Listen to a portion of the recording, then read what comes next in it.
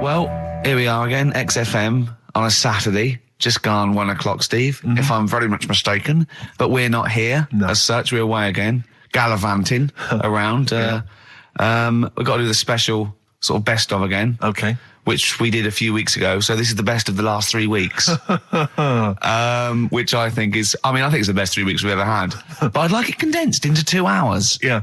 Yeah, some great music as well in there. Yeah, there'll be some great music interspersed with fine chat that you've already heard. Yeah. Except this bit. This bit's new.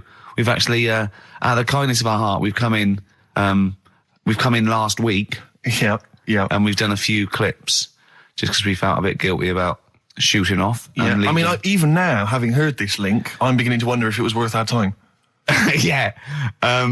Well, should we play a classic link? Let's play, what, from the last 3 weeks? After this is Feeder. Alright, so, here's the first bit. Yeah, you might want to try and you heard about the hanging one when the fella was... Sorry, mate, go on. When the fella was hung. Well hung?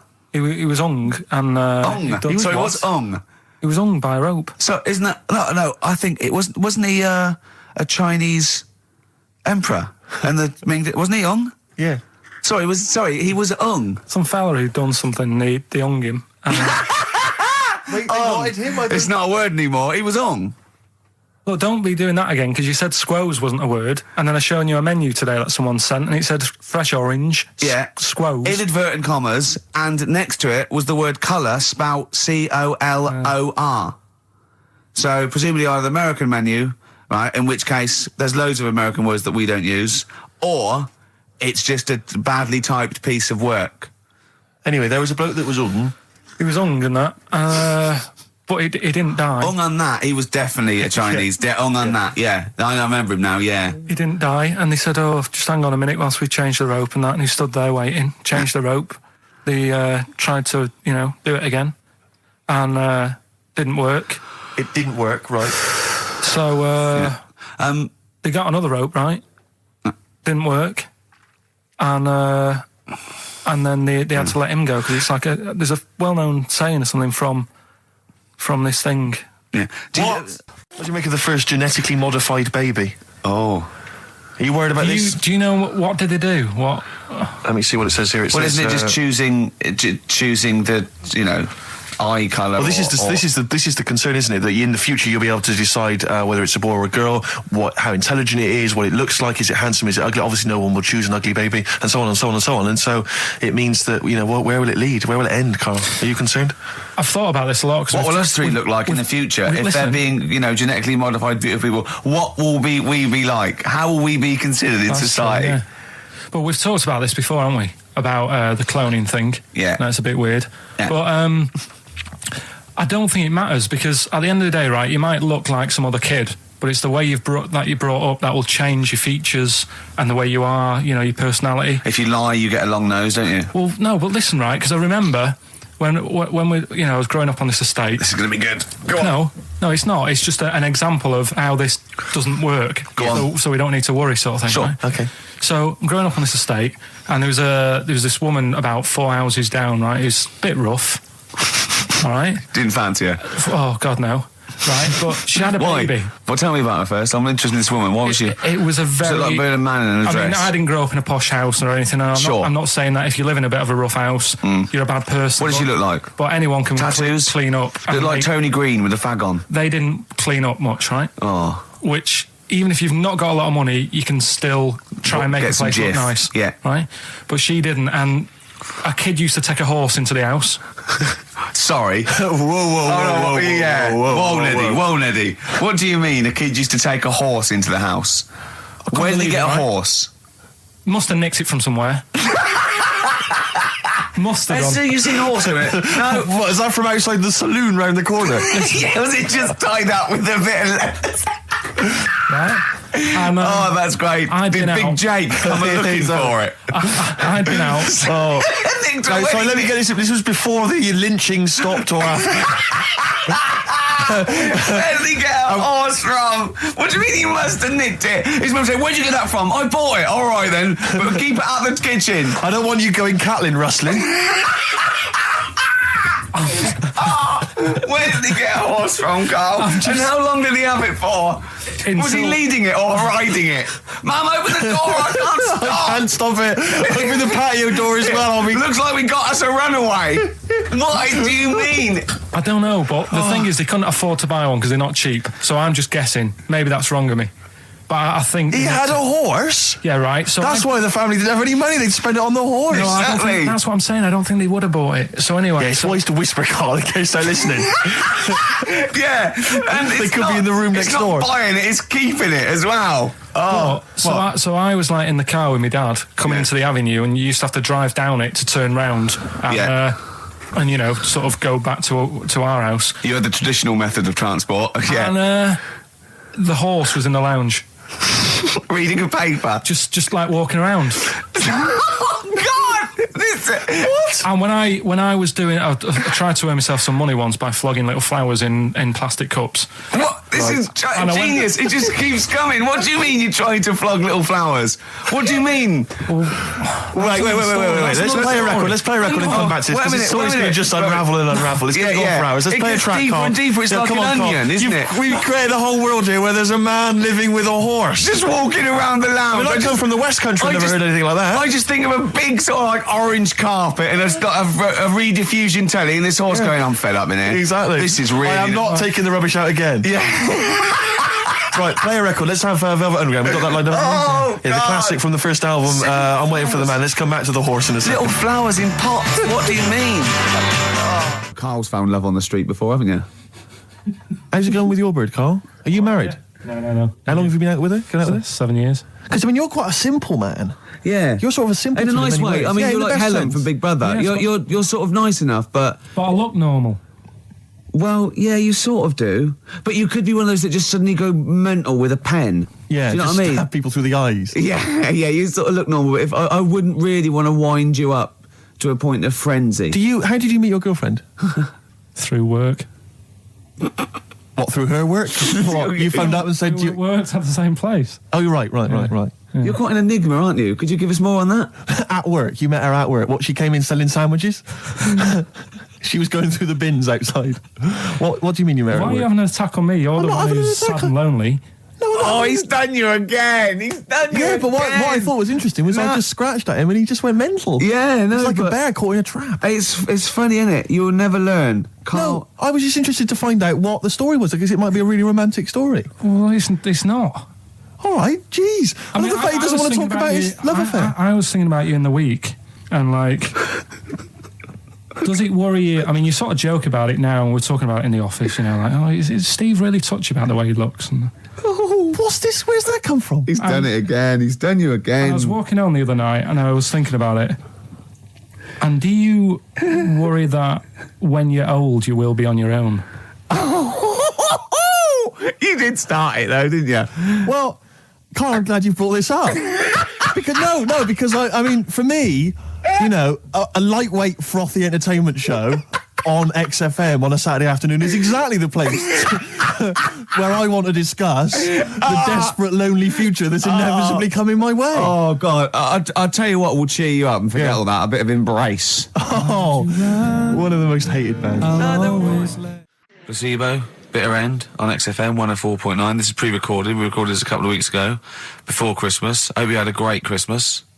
If you didn't, not our fault, really, is it? Nothing to do with us. Wouldn't have thought we'd have... We're of time, because we've got plenty of cash now, thanks to a lot of you who probably bought the Office DVD. Yeah. Probably got and that if you in haven't stock yet, and you've maybe got vouchers or money, still available. Still there in the shops. Still available. You can still make it the best-selling DVD of all time. Please do. Yeah. Please do. I'll tell you what you want to hear, though, before you make your mind up. I'll tell you what, if you like this next clip, go and buy the Office DVD. I think you will. It's a brilliant clip. It's the one where we talk about... well, it's self-explanatory. Yeah. That blew me away, right? That the fact that he got the name, he got the number. Spooky bit, right? I'm walking home. I called you up a couple of times and I left a message on your phone because it was just amazing. Not only was he good at magic, but his maths was brilliant. No, well, that thing adding up to 42 was like, how did he do that? I mean, we didn't even make a big deal out of that. He said that to me. He said, all Carol Vorderman's got is the maths. Yeah. Do you know what I mean? Imagine him on Countdown. Yeah. He'd even know what they were going to write down. Do you know what I mean? So a bit of a wasted talent. I should see him again about that. I think he's right. So I get into my flat, right, and what they do in my flat where I live, they put the post in like these little pigeonholes, right, and I don't normally check them out. I leave it for Suzanne to do, right? Sure. But this time, for some weird reason, I thought, right, I'll check it, see if we've got any post. Open it up. There's only this. A letter for Miss Harris. Yep. There it is. Bona fide in front of us. A letter addressed to a Miss Harris. Well, does she live there? No, it's my address. She doesn't live there. Did she ever? Don't know. It doesn't matter. It's weird, isn't it? But We've never had. Normally, I think there was a guy who lived there called Yaki Shoki. Mr. 42. It was definitely wasn't an Harris, right? This is the first time we've had a letter for this woman. Yes. Right. But what are you claiming? Because Darren Brown himself admits that it is not paranormal, it is not supernatural, it is a trick. It's a trick. Is it? But he would say that, wouldn't he? Hitler said that. Play a record. Well, can we open this? No, it's illegal. No, but I'm thinking if What it's if a we opened birthday it off card air? for someone's like 42nd birthday. Right. You can't open that letter. Go and put it back, or you cannot open that letter. Why not? You can't open someone else's mail because you think Darren Brown's supernatural. What if we steamed it open, then resealed it? No one would know. It's only a letter. You can't. You can, but I don't want any part of it. Carl, I if think you should open it. No, you open I'm it. not opening it. It's against the law. You should open it, No, then. we won't open it then. They won't send you to prison. Forget it. You'll get off. Cure. Yeah. Bit of cure. There's no it's cure, no. approaching. I'm looking. Well, I'm tempted to open it. Well, do you want to, Steve? There you go. No, I'm not going to open it. But I think you should definitely. 6 Different Ways by The Cure from the album The Head on the Door. We've enjoyed that. The head on the door, Carl. Ooh, bit of a coincidence. Spooky, isn't it? It was only 4 weeks ago you were talking about a head and a door. Exactly. Has the door got a number on it? 42. Oh, dear. So we're not opening it. No. Well, I can't open it because as the producer, right? Oh, yeah, because your standing in society is such that they'd make a real example of you. Yeah. A producer of a tin pot radio show once a week. Yeah, he should know better. He can press buttons and talk at the same time. Sending down. But they wouldn't try you in an adult court. You would Carl. get They away. wouldn't be You allowed. would get away with it. Just they hear you speaking for a little while, and the judge would end up squeezing your head and letting you off. It'd be like those people who train monkeys to break in. Do you remember down in South London? We talked about it in the past, and they were going around robbing stuff, and they trained them to do it. Yeah, think so they I did think some time those I don't think those monkeys would have got in trouble. It would have been the keepers. So, I think XFM would probably take the rap. Will you open it? No, I can't be seen to open it. No, he's I'm a an writer award-winner. director. Exactly. So am I. I can't be seen to open I'll it. give it here then. Right, I'm having no part of this. That's against the law, but Right, I'm having no part of it. open it. Come on, you've started now. Right. The thing is, right, if it's important, we can say maybe she's listening. But do you need to stress? What it could be anything. What are you going to say? We're going to say, oh, and if you are listening, Mrs. Harris, you have got gonorrhea. Call the clinic. Do you know what I mean? It could be anything. Oh dear. Oh well. I think my talk did well. Well, what is it? Is the number 42 on there? What is it? Can you say? Be careful. What? Let me see what it is. What is it? Dear Sir, Madam, your periodical dental inspection is now due. Would you kindly contact the surgery to make an appointment? Harris, Mrs. Harris, if you're listening, your periodical dental inspection is now due. You might want to contact the But the dental surgeon that you normally go to. she could have a faulty tooth. 42. 42. 42. I don't believe it. 42. 42. Oh my God. God, that Darren's good. isn't he? Darren Brown's good, isn't it? Oh dear. Well, listen, still to come, right? We've got the monkeys thing. Oh, chimpanzee that. And when I was out last Sunday, right, at Johnny's birthday party, Yeah. Steve was there. Yeah. Got talking about stuff. And a debate that we didn't really finish cropped up. It blew your mind, didn't it? Amazing. Oh, I know about this. Steve told me. This is the infinite amount of monkeys. Or a monkey with a typewriter and an infinite amount of time would eventually come up with the works of Shakespeare. Yeah. There was no debate. It's a philosophical, mathematical problem. There's no debate. It's true. It wouldn't happen. No, listen, Carl, listen. Infinity sorts it all out for you, right? An infinite amount of monkeys at a typewriter, right? They do everything. They type everything. Infinity just sorts it all out for you. There's no getting to it and they're going, oh, well, let's have a look what they've done. This one's come close. Did Romeo and Juliet. It would do it all. It would type everything ever possible, conceivable. Yeah, but... It's a mathematical... Well, we've heard your side of the argument, Rick. And I'll be honest with you, it's a persuasive one. But let's hear Carl, because he heard about this in a pub last week. Yeah, so he's got some strong What's your ideas problem with himself. it? What's your problem with it?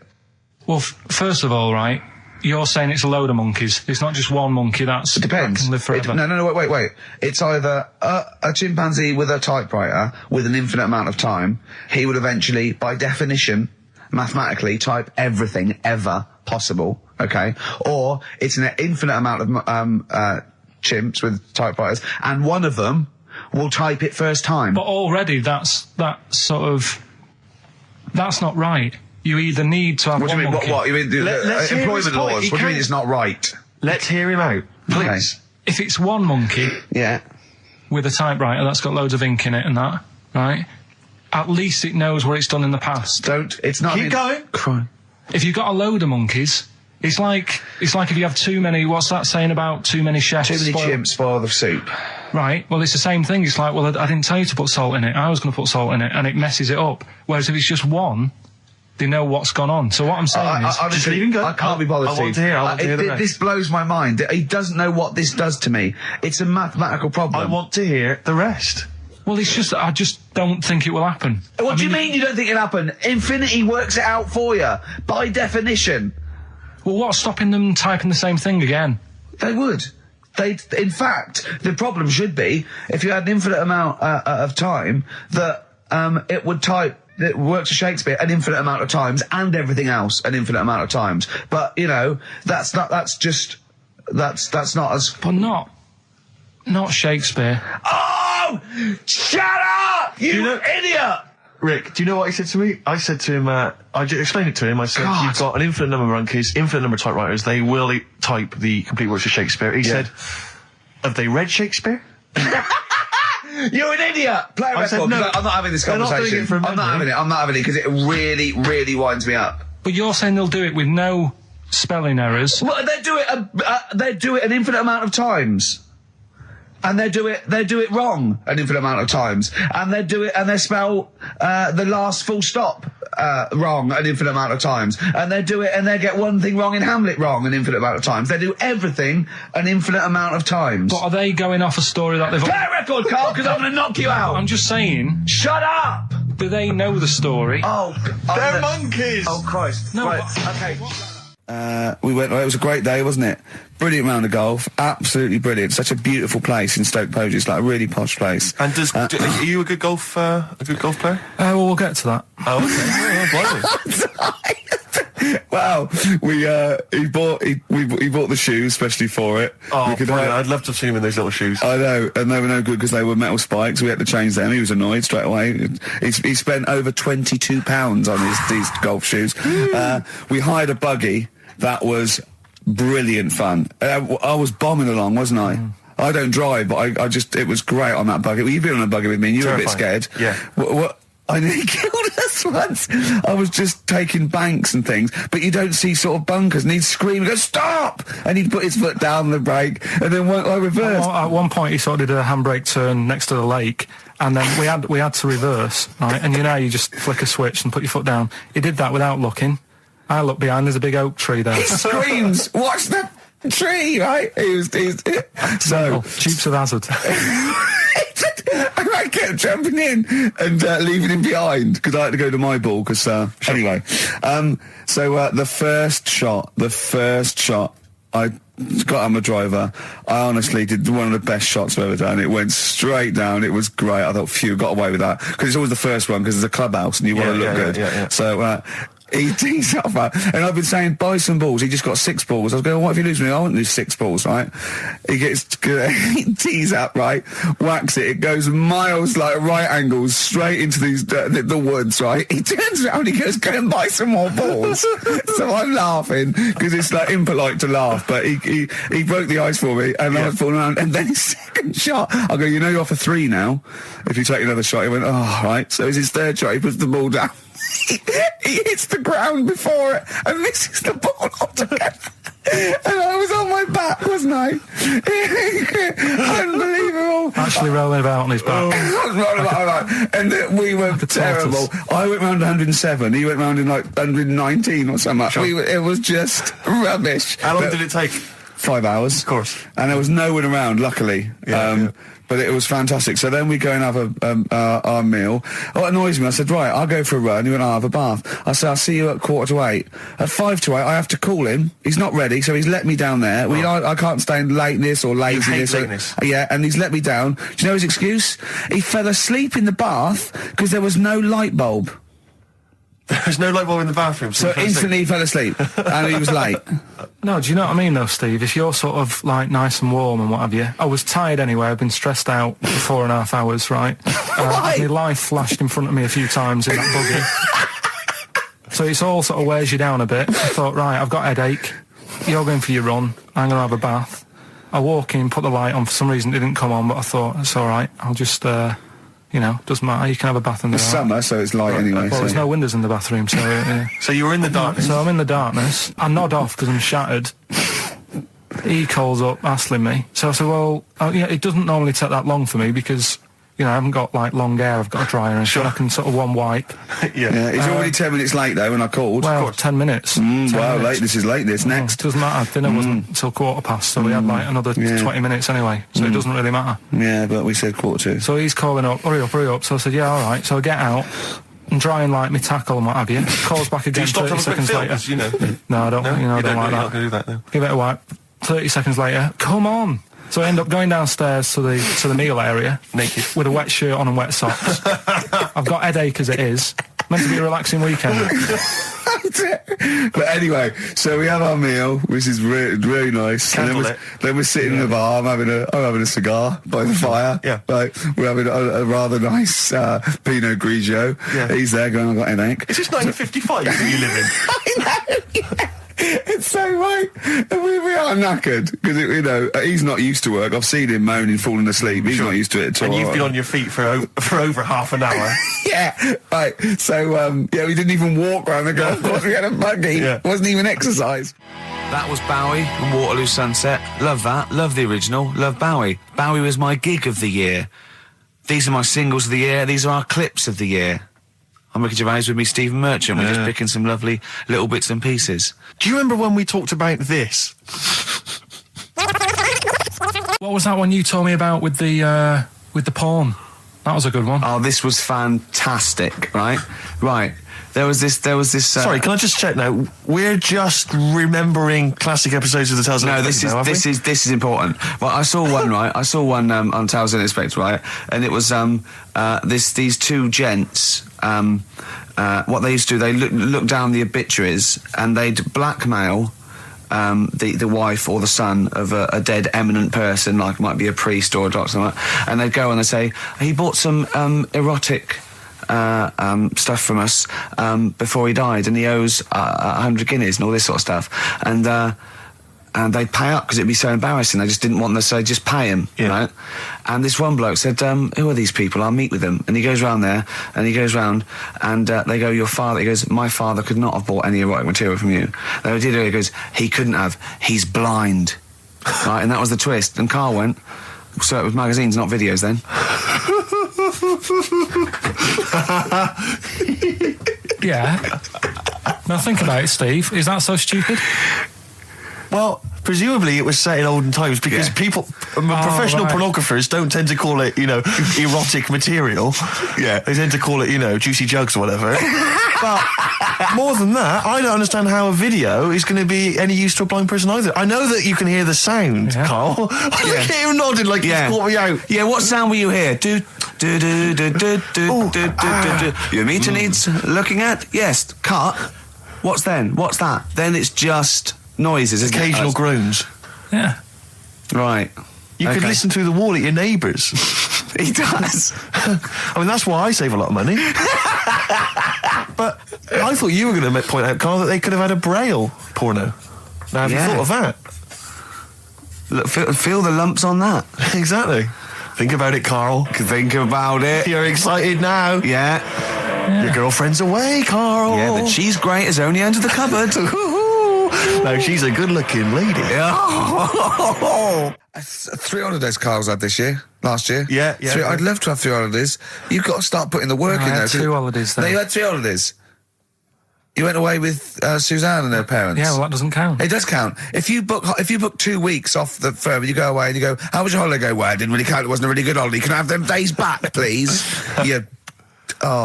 My New Year's resolution is to be nicer to you, but well done, sense. You've already broken that. No, but talk sense. Talk sense. You've had 3 holidays this year, and I'm just saying, you're in your 30s now, and 30s is when you should be really putting the work in. That's true enough. To reap the benefits in your 40s, 50s, 60s, 70s, 80s, 90s, and 100. Carl, what's your New Year resolution? What about think before you speak? It's worth. I mean, see, I'm allowed to laugh. I'm allowed to laugh at things other people say, Carl. That is a good suggestion. How was your holiday, Carl? It was all right. Right, brilliant. But that I don't see on the ratio of good to bad in Carl's mind. That might be amazing because we never hear him sing the praises of anything. I'll tell you what. Can we have a cracking little tune and then come back and hear about Carl's holiday? I'd love to do that. Let's keep it tight. Love to Tear Us Apart by Joy Division. Now, I can't put my finger on it, but that doesn't sound like the original. And it's off a compilation. It sounded a bit fast. I think the vocal was slightly different.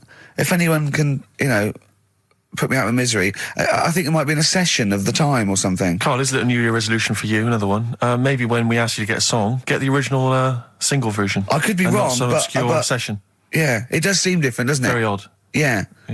Maybe we just remember it wrongly. But anyway, that's XFM for you. 104.9. I'm Ricky Gervais with me, Steve Merchant. Karl Pilkington. Karl, you went to Lanzarote. Yeah. People said don't go to Lanzarote.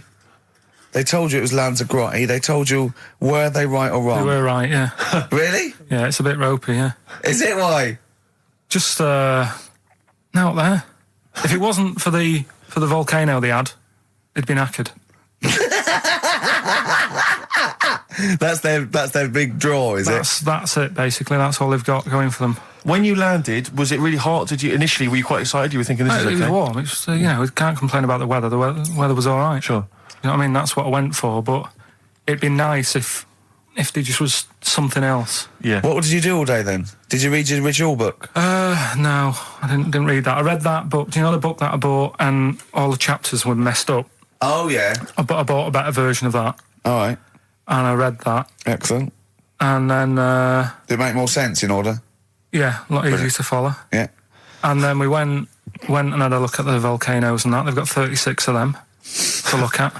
How many did you look at before you realised that you've pretty much, you've seen one volcano, you've seen them all? Probably about 6 or 7. Really? Yeah. And then when you got to the 8th, you thought, now I know what this is going to be, Suzanne. This is going to be like a mountain with a hole in the top. Yeah. Really? But it happened years ago as well. It's like, just keep a couple, fill the rest in, tidy it up. Fill the rest in! Yeah, no, Well, getting some builders. No, seriously though. Okay, 4 million tons of concrete, please. They're an absolute death trap. Yeah, what do you mean fill them in? Do you know what a volcano is? It's just a hole, isn't it? That's happened. Well, it's more than the hole. It's more a portal to the magma in the centre of the earth. Back in 1730 it happened, and they still haven't sorted it out. Well, when you say it happened, volcanoes were made a lot longer ago than 1730. No, but the one that did Lanzarote in. Right. Sort it out. What would you suggest? How can they fill it in? It's joined. It's all joined. No, but what I'm saying is, the big plates of the earth are all joined. All the magma's joined. With the trade centre thing, that happened. They cleaned it up, sorted it out. They've moved on. That's what I'm saying. Whereas Lanzarote have just gone, leave it. It happened back in 1730. You misunderstand me. How, in the name of God, can you fill in a volcano? You ignorant twit. No, but it's not just the holes. They've actually left the lava everywhere.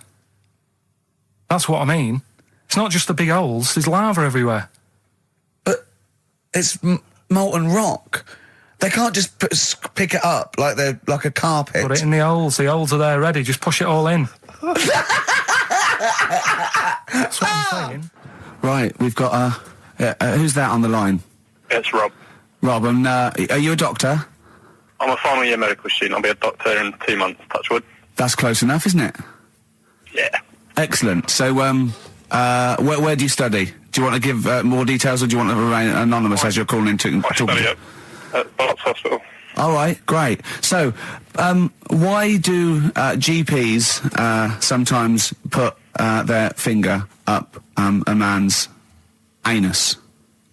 To see what's there. You know, if you've got hemorrhoids, if you've got an enlarged prostate, you know, it's either that or they stick up a big tube and have a look up with a light. What? And it's easier to do that. Now, are you dumbing this down for us, or are you going to fail your medical exams by saying stick up a big tube with a light? I'm dumbing it down. Okay, come on then. We're all intelligent people here, and Karl. So you tell us what's that called? It's called a sigmoidoscope. Right. Nice. That was a clever test, wasn't it, Rick? 12-inch long. Yeah. 12-inch long tube that they can put up there. So, Karl, would you prefer that or a finger? Well, so do they sort of do the finger first, and then, I mean, at what point do they say, hang on, we need a light here? I mean... It's normally if there's something wrong.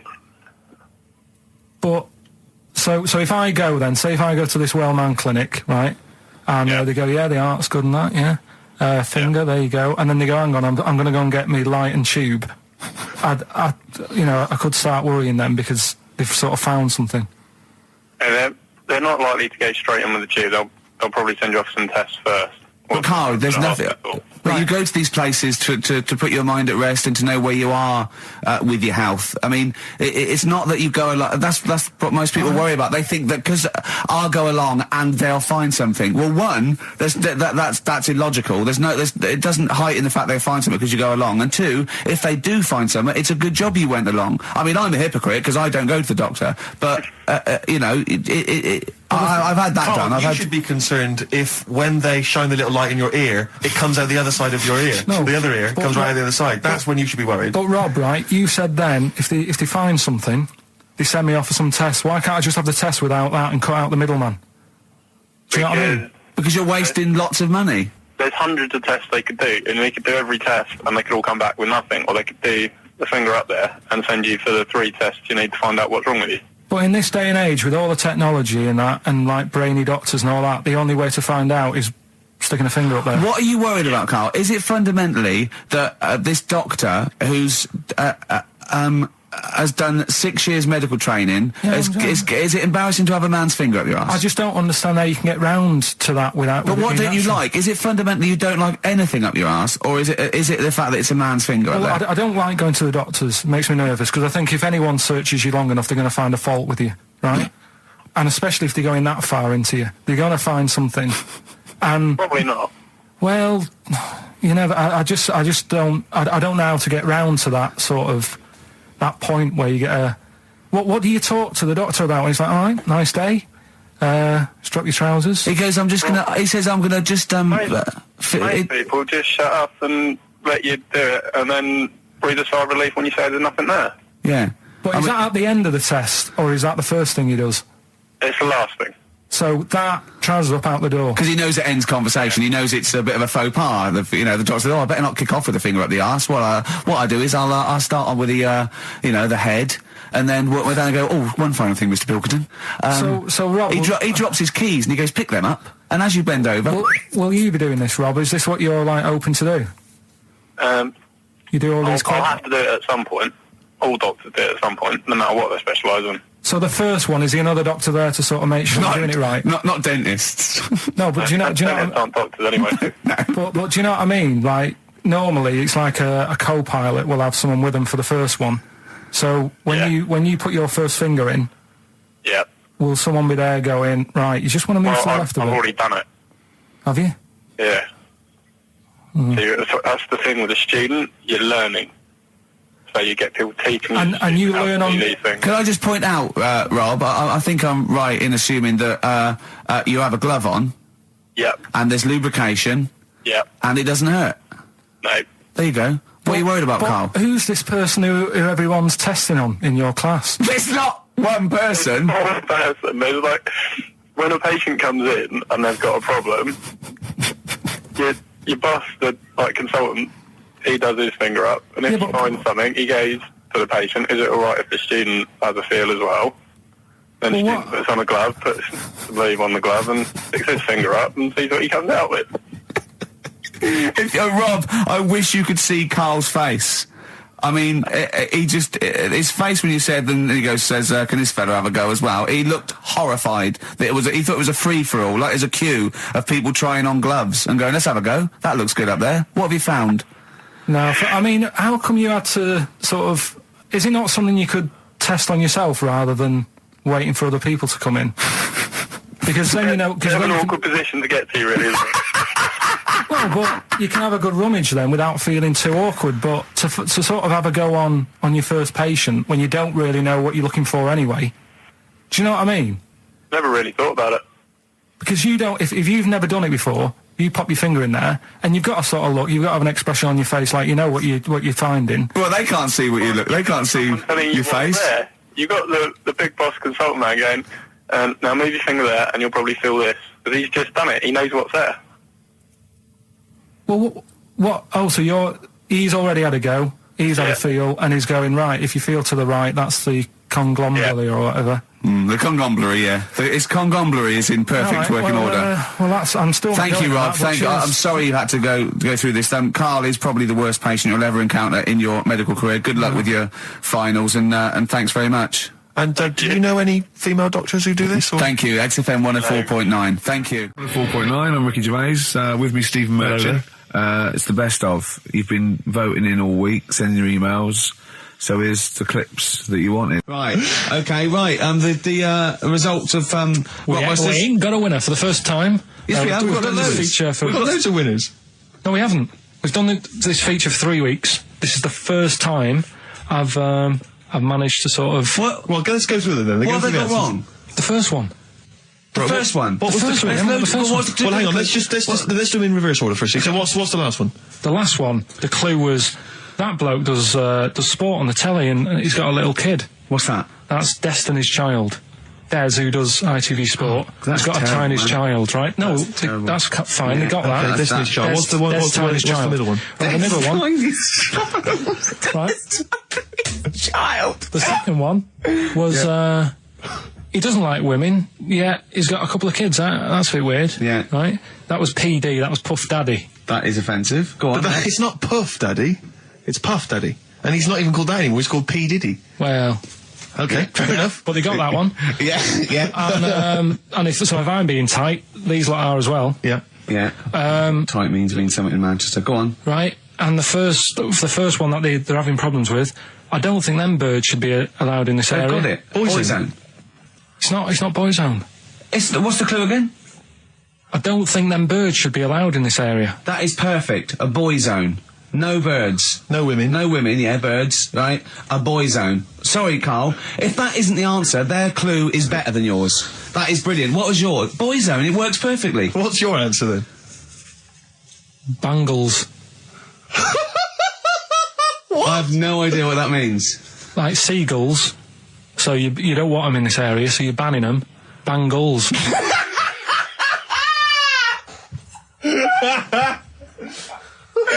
Oh! Well, give it to boy zone, because boy zone's better. Don't use birds being loud in this area, it's a boy I think zone. we should have a rollover. Carl beat them. Carl beat them. You have to use his logic, surely. But theirs works. You can't do what am I thinking. No, that's not what I'm thinking. It perfectly. It works perfectly. I think you've got to give it to the ones that got the boy zone. Well, how about, right, because they didn't actually get into my head and my way of thinking, heaven right? forbid. How about we just keep back the David Attenborough, and they can have, I'll chuck in the Hellraiser, right? Okay. And Blondie album and the Madness Yeah, one. okay, pick a winner at random. Pick a winner, Steve. I'm going to give it to Paul Sloman, who got those answers, and he also says, P.S. Carl, you're a moron. So, I'm giving that to Paul, and good luck to him. Right, well, He's got a crazy night tonight. If we can rush these over to him, he's got a cracking Saturday night. well, if I'm a moron, I might get your address wrong when I send them to you. Ooh. Coming right back at you, Paul. Yes. Carl, you're making noises while I'm talking. Yeah, but you do this all the time trying to wind me up. And I'm not saying Manchester's the best place in the world, but what I'm saying is there's bits of it that I really miss. Yeah. Like last Sunday, right? When I'd met up with Ricky, we had spaghetti bolognese, which was all right. And then I said to him, I need some soil. Damn, I wish you'd invited me. It sounds amazing. So I need some soil. What do you think? You need some what? Soil? Soil, yeah. I need to repot a plant, right? Yeah. So you need to repot a plant? Yeah. Fair enough. So I'm like, where you can't see these shops in London. Do you know what I mean? There's nothing around. I took him straight to one in my street. Yeah, but near your street, and that's probably the only one in London. Well, you say that, Carl. No, it does annoy me. Round my way, it's like, you know... You can't move for soil shops. You can't. There's earth. You can just pick up handfuls walking down the street. Yeah, incredible. People just lean over into someone's front garden. No, you can take the plants as well. No, but what I'm saying is, Go on. Manchester, there's loads of decent hardware shops. Yeah. Here, you know, if you want a panini and a latte or whatever, you can't move from. But for soil, I had to go virtually how many miles away from me to carry that soil home and stuff. Yeah. It's not good. I mean, London's all right, but if cities were sort of marked... It's neglecting the peat market, really, well, isn't there's barely any mulch available in central London. I'm sick and tired of not getting a good, decent compost of a Sunday. Indeed. So, you know, I'm thinking of moving to the north, where there is loads of soil and gravel. Indeed. And animal shite. whatever. Yeah. So you were going to say, if you were marking cities out of 10, what would you give London? Well, if you were marking them on, like, you know, on what they have. Right. As opposed to what? Well, as opposed to... How you name. spell it. Say, like, I think the greatest city in the world is Rome. Right, Okay. it's pretty amazing. Yeah. Have you been? What? Yeah. Why do you think that, though? Just because, like, you turn a corner and there's something there that's really old. Right? Like, you're going down Normal Street. Go and stay in a Derby and Joan club. Yeah. No, but it's like you're going down the road and then you turn a corner and like the Colosseum's in the middle of a busy road. It's like, what's that doing there? Yeah. And just when you think there's no more, you turn another corner. It's almost as if that was there first. Yeah. Well, Yeah. But do you know what I mean? London, Yeah. what have we got? You know, Trafalgar Square's world known. And you go there, what's there? Yeah. Do you know what I mean? So there's a lot of space there. Get one big B&Q.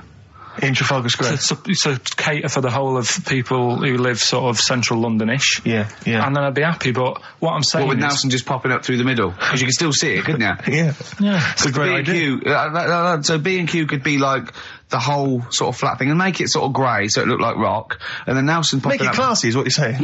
Yeah. Stone clad it. Yeah. So it looks like you've made an effort. And then you can pop in and then you can go out and go, oh, look, Nelson's column. Oh, look at that. Isn't Nelson? Oh, look at that. The victory. Defeat. That's fantastic. One of the greatest living. Yeah. I need some nails. Yeah. Perfect. Killing two birds with one stone, you say? But why isn't there more than them shops? Because when I went into yours, every time I've been in there twice now. The first time was to get a shower head, right? Right. And I went in there, couldn't resist buying something else. I ended up getting some super glue as well. Blimey.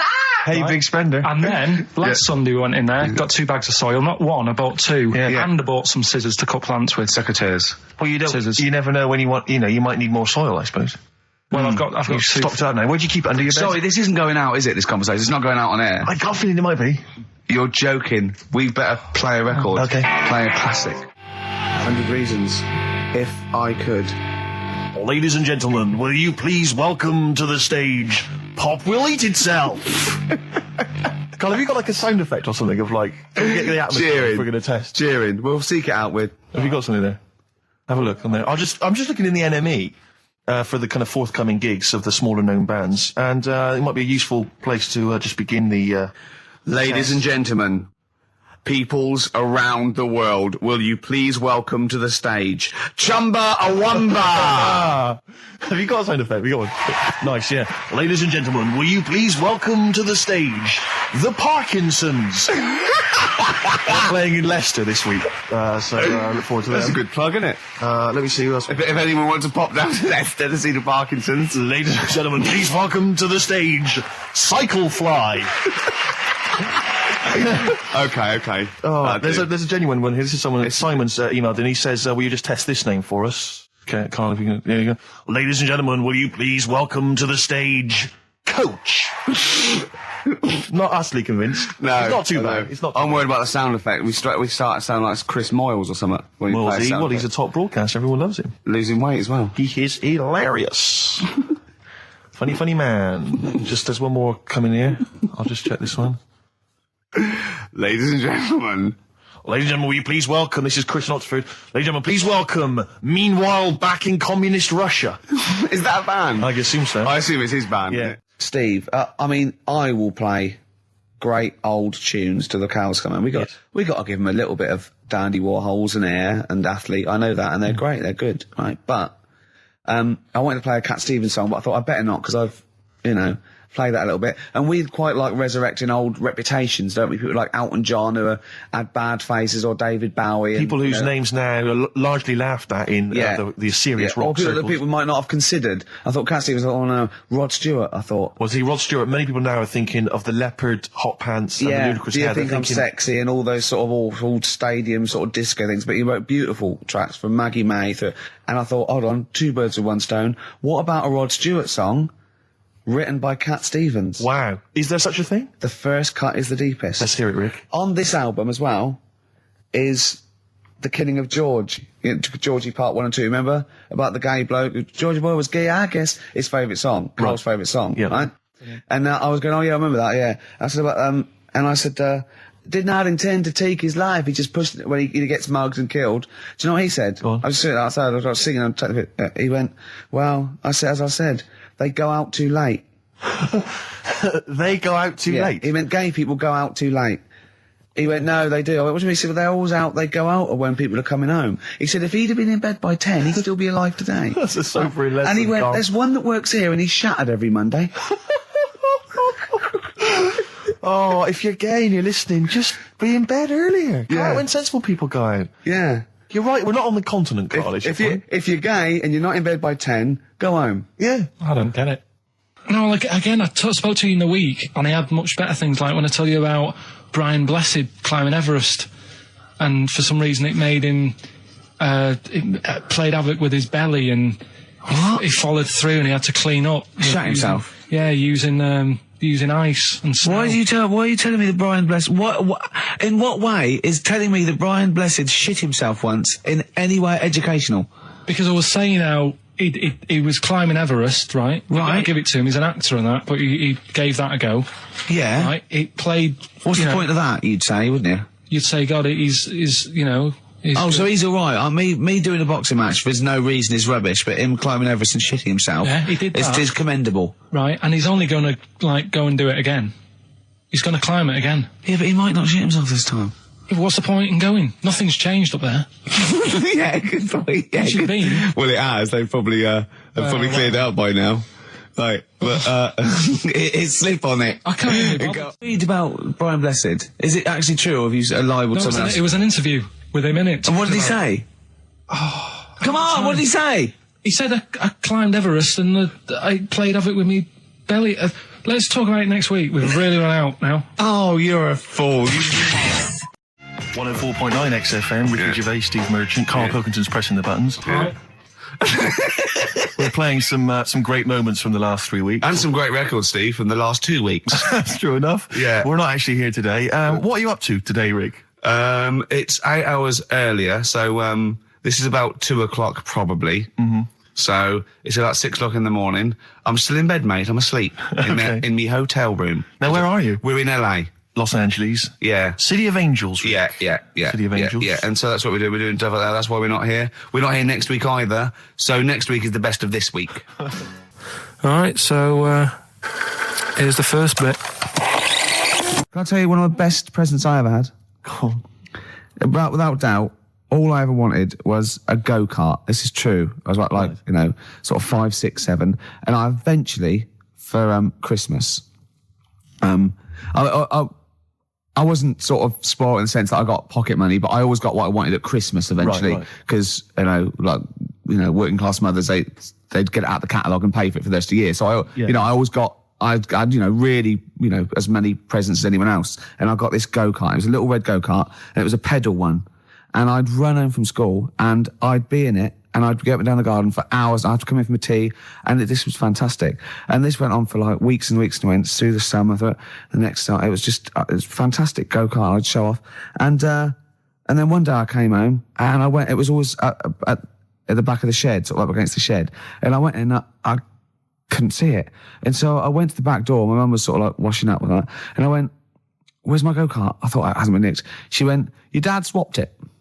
Your dad swapped it? Yeah. I went, he what? And I was going to be brave. And I went, he what? She went, he swapped it for a wheelbarrow. And I could see she didn't approve of this. And she was thinking, I'm going to tell him, and then I'm going to, have this out. And I went, right. She went, it's your wheelbarrow. And I went to the back of the shed, and there was this wheelbarrow. He swapped it with a bloke called Jimmy Dublin, who he worked with. Jimmy Dublin? Yeah, I don't know. I think he was a respectable member of the community. He was fine. It was his lively. No, I think he was an Irish gentleman, and that's why we surprised me. That's why I don't know what his real name was. And I think my dad must have been drunk, and he went, I want to get my son a go-kart. And my dad said, my kid's got one. He's probably had it for a year. He's probably bored with it. Yeah. And he said, I'll give you this wheelbarrow. And I went to this wheelbarrow, and it was caked in concrete. I could hardly lift it. I just nicked off a building site, obviously. And I'd be there for hours trying to push this wheelbarrow up and down the garden, right? And it was okay, though, because I was going on holiday soon, and I 7 years running, went to Bognor Regis, a place called Riverside, because some woman around the way had a caravan that we got free for a week. And it was great, just wonderful. And I used to go there with my mum and my nan. Oh, party time. Yeah, the age of 7 to sort of know. No, it was good because, when you're a kid and you wake up in a strange place, it sort of seems weird. You wake up at 3 o'clock in the morning hearing your gran pissing in an iron bucket. And, We've all been there. You get disorientated. Anyway, and I went on holiday, and I met a little friend who was about my age. We were both sort of like, and he'd hired a go-kart. He had this great go-kart, and he came around to my caravan, and I went, I've got a go-kart. And I remember my mum opening the window of the caravan and going, don't lie. That's so evil. And I went, I had a go-kart. Wow. Yeah. Did you ever talk to your father about the fact you swapped it? No. You never mentioned it to him? No. You still got that wheelbarrow? I think so. I've grown into it. Yeah. Yeah, I can nearly lift it now. Yeah. And now I'm just too old to run up and down the garden with it. Now you get one of your several gardeners to use it all the time. Wow. Oh, dear. Now, Karl, you promised me that you were going to reintroduce Educating Ricky. Yeah, we can do that. Have you got it? Have you got something that will that's something that I won't know that's correct and that will interest me? Yeah, there's loads of stuff. Is it anything to do with monkeys? No, we've got monkey news. We've got monkey news coming out. Of course we have. Yeah, monkey news. People are there now over to XFM for monkey news with Karl Pilkington. No, we won't do that yet. We're not doing that yet. Educating Ricky is. Yeah. Well, let's do it. We did it ages ago. Educating Ricky. Oh, that's interesting, and it's correct. Hang on a minute, though. What I do is I tease you, don't I, with headlines. Oh, go on then. And then you have to sort of go, that one sounds good. Go on then. What are the headlines? I want to know more about that. Educate me. Yeah. Right? Okay. You've got, jeez. That Nelly died. That Nelly died. All right. Okay. Right. Could be about an elephant. Yeah. Go on. You've got that. You've got, I've got well. Take well as read. So they all start with well. Okay. Knob body has been that lucky before. Brilliant. All right. Okay. You've got get a lobe of this court case. Right, okay. Not bad, I'm going for interesting. knob body. Has been that lucky before. Right, it's a story about this kid who was born, right? Was he? Yeah, he was popped out, like, and the dad and the mum saw the baby, and it was like, oh, that's a good-looking little kid. Sure. And they were proud and that. And then... I know they're surprised that it's a good-looking little kid. It's theirs. yeah. Like, it could have been a frog, and they'd have gone, oh, he's got your eyes. And then the doctor goes, yeah, it is, but look at that. What? He said, it's a boy and hasn't got a knob. I love the doctor saying that. I love this GP or this midwife saying that. Oh, we love little boy. Yeah, but no knob, baby. Mr. and Mrs. I mean, think. Right. No, but I'm speeding it up a bit. All right, come on. So the baby's Right, so the born, baby's like and that, doctor and says, the "Look, doctor baby, says got that, the and the woman's like, oh, it's our first as well, and stuff, right? She's really gutted. She's What's the second going to be like? So, Go ahead. so the Just a knob. doctor says, you know, We'll call it Carl. All right, go on. Right, go on. so the doctor says, well, I'll leave it with you for a bit, get used to the idea, right? As opposed to throwing it away. So he wanders off. Yeah. He comes back with a smile on his face, right? Found the knob. So the mum and dad are like, what are you smiling about? He said, you're not going to believe this. Baby's just been born. It's got 2. Right? You can have one of them. And they did a little operation. Where did you get this information from? That's in a book. What book? Is it the a same joke as the book that you carry round with you? No. With the woman with 3 legs, the juggler with 9 arms, and the bloke who found shagging a chicken under a rock. Is it in that book? Weird though, isn't it? Well, it's not true. It is true. What, in the same hospital, there was a baby born without a knob. Luckily, Carl. It happened. You swear to God you're not making The this I'm up. not doctor making it came up, back honest to God. smiling because you won't believe it. There's a baby there with an excess of a knob. It happened, honestly. I'm not, all these things are not made up, the educating stuff. That's why I do it, isn't it? Teaching you stuff, always teaching you stuff. All right, if anyone can confirm the baby with no knob, they're the going to baby with confirm it 2, because they're going to go to the same dubious website that Carl got it from. I always try to be level-headed and reasonable in these situations. And it's You always ignore it. Guatemala or Mexico. Rodriguez was born without a knob. Luckily, baby next door and was got 2 knobs. What a load of shite. Play a record. I should just confirm that we've had a number of emails that say the baby born without a knob and then having one transplanted from a baby that luckily enough had 2 knobs is apparently true. Right, Yeah, there you no, go. listen. So- I don't question that Where's you that? could be born with a deformity and get someone's, fingers, knobs. What I'm saying is, it didn't happen with the doctor goes, I'll leave with it. I don't believe it. That baby's got 2 knobs. Exactly. What a coincidence. I bet that little bit of information isn't in there, is it? Sure. That he went out the door, I'm going to get a coffee, came back, bloody hell, hold on, look, here's an extra knob, I found an extra knob. We can put that knob on there. Perfect. I think that my new TV is too big, Rick. I said that I know, when he I don't know bought what it. I was thinking. But I can't believe it. He talked about this buying it. He's got a bit of cash now, of course. And what is it? 42 inches? 42-inch plasma screen. What did it cost you? $3,000 or Oh, something? don't tell me. That's Wow, huge. it's 3.5 ridiculous. grand. $3,500, big spender. Of course, it's too big. Well, I can't get far enough back in my living room for it.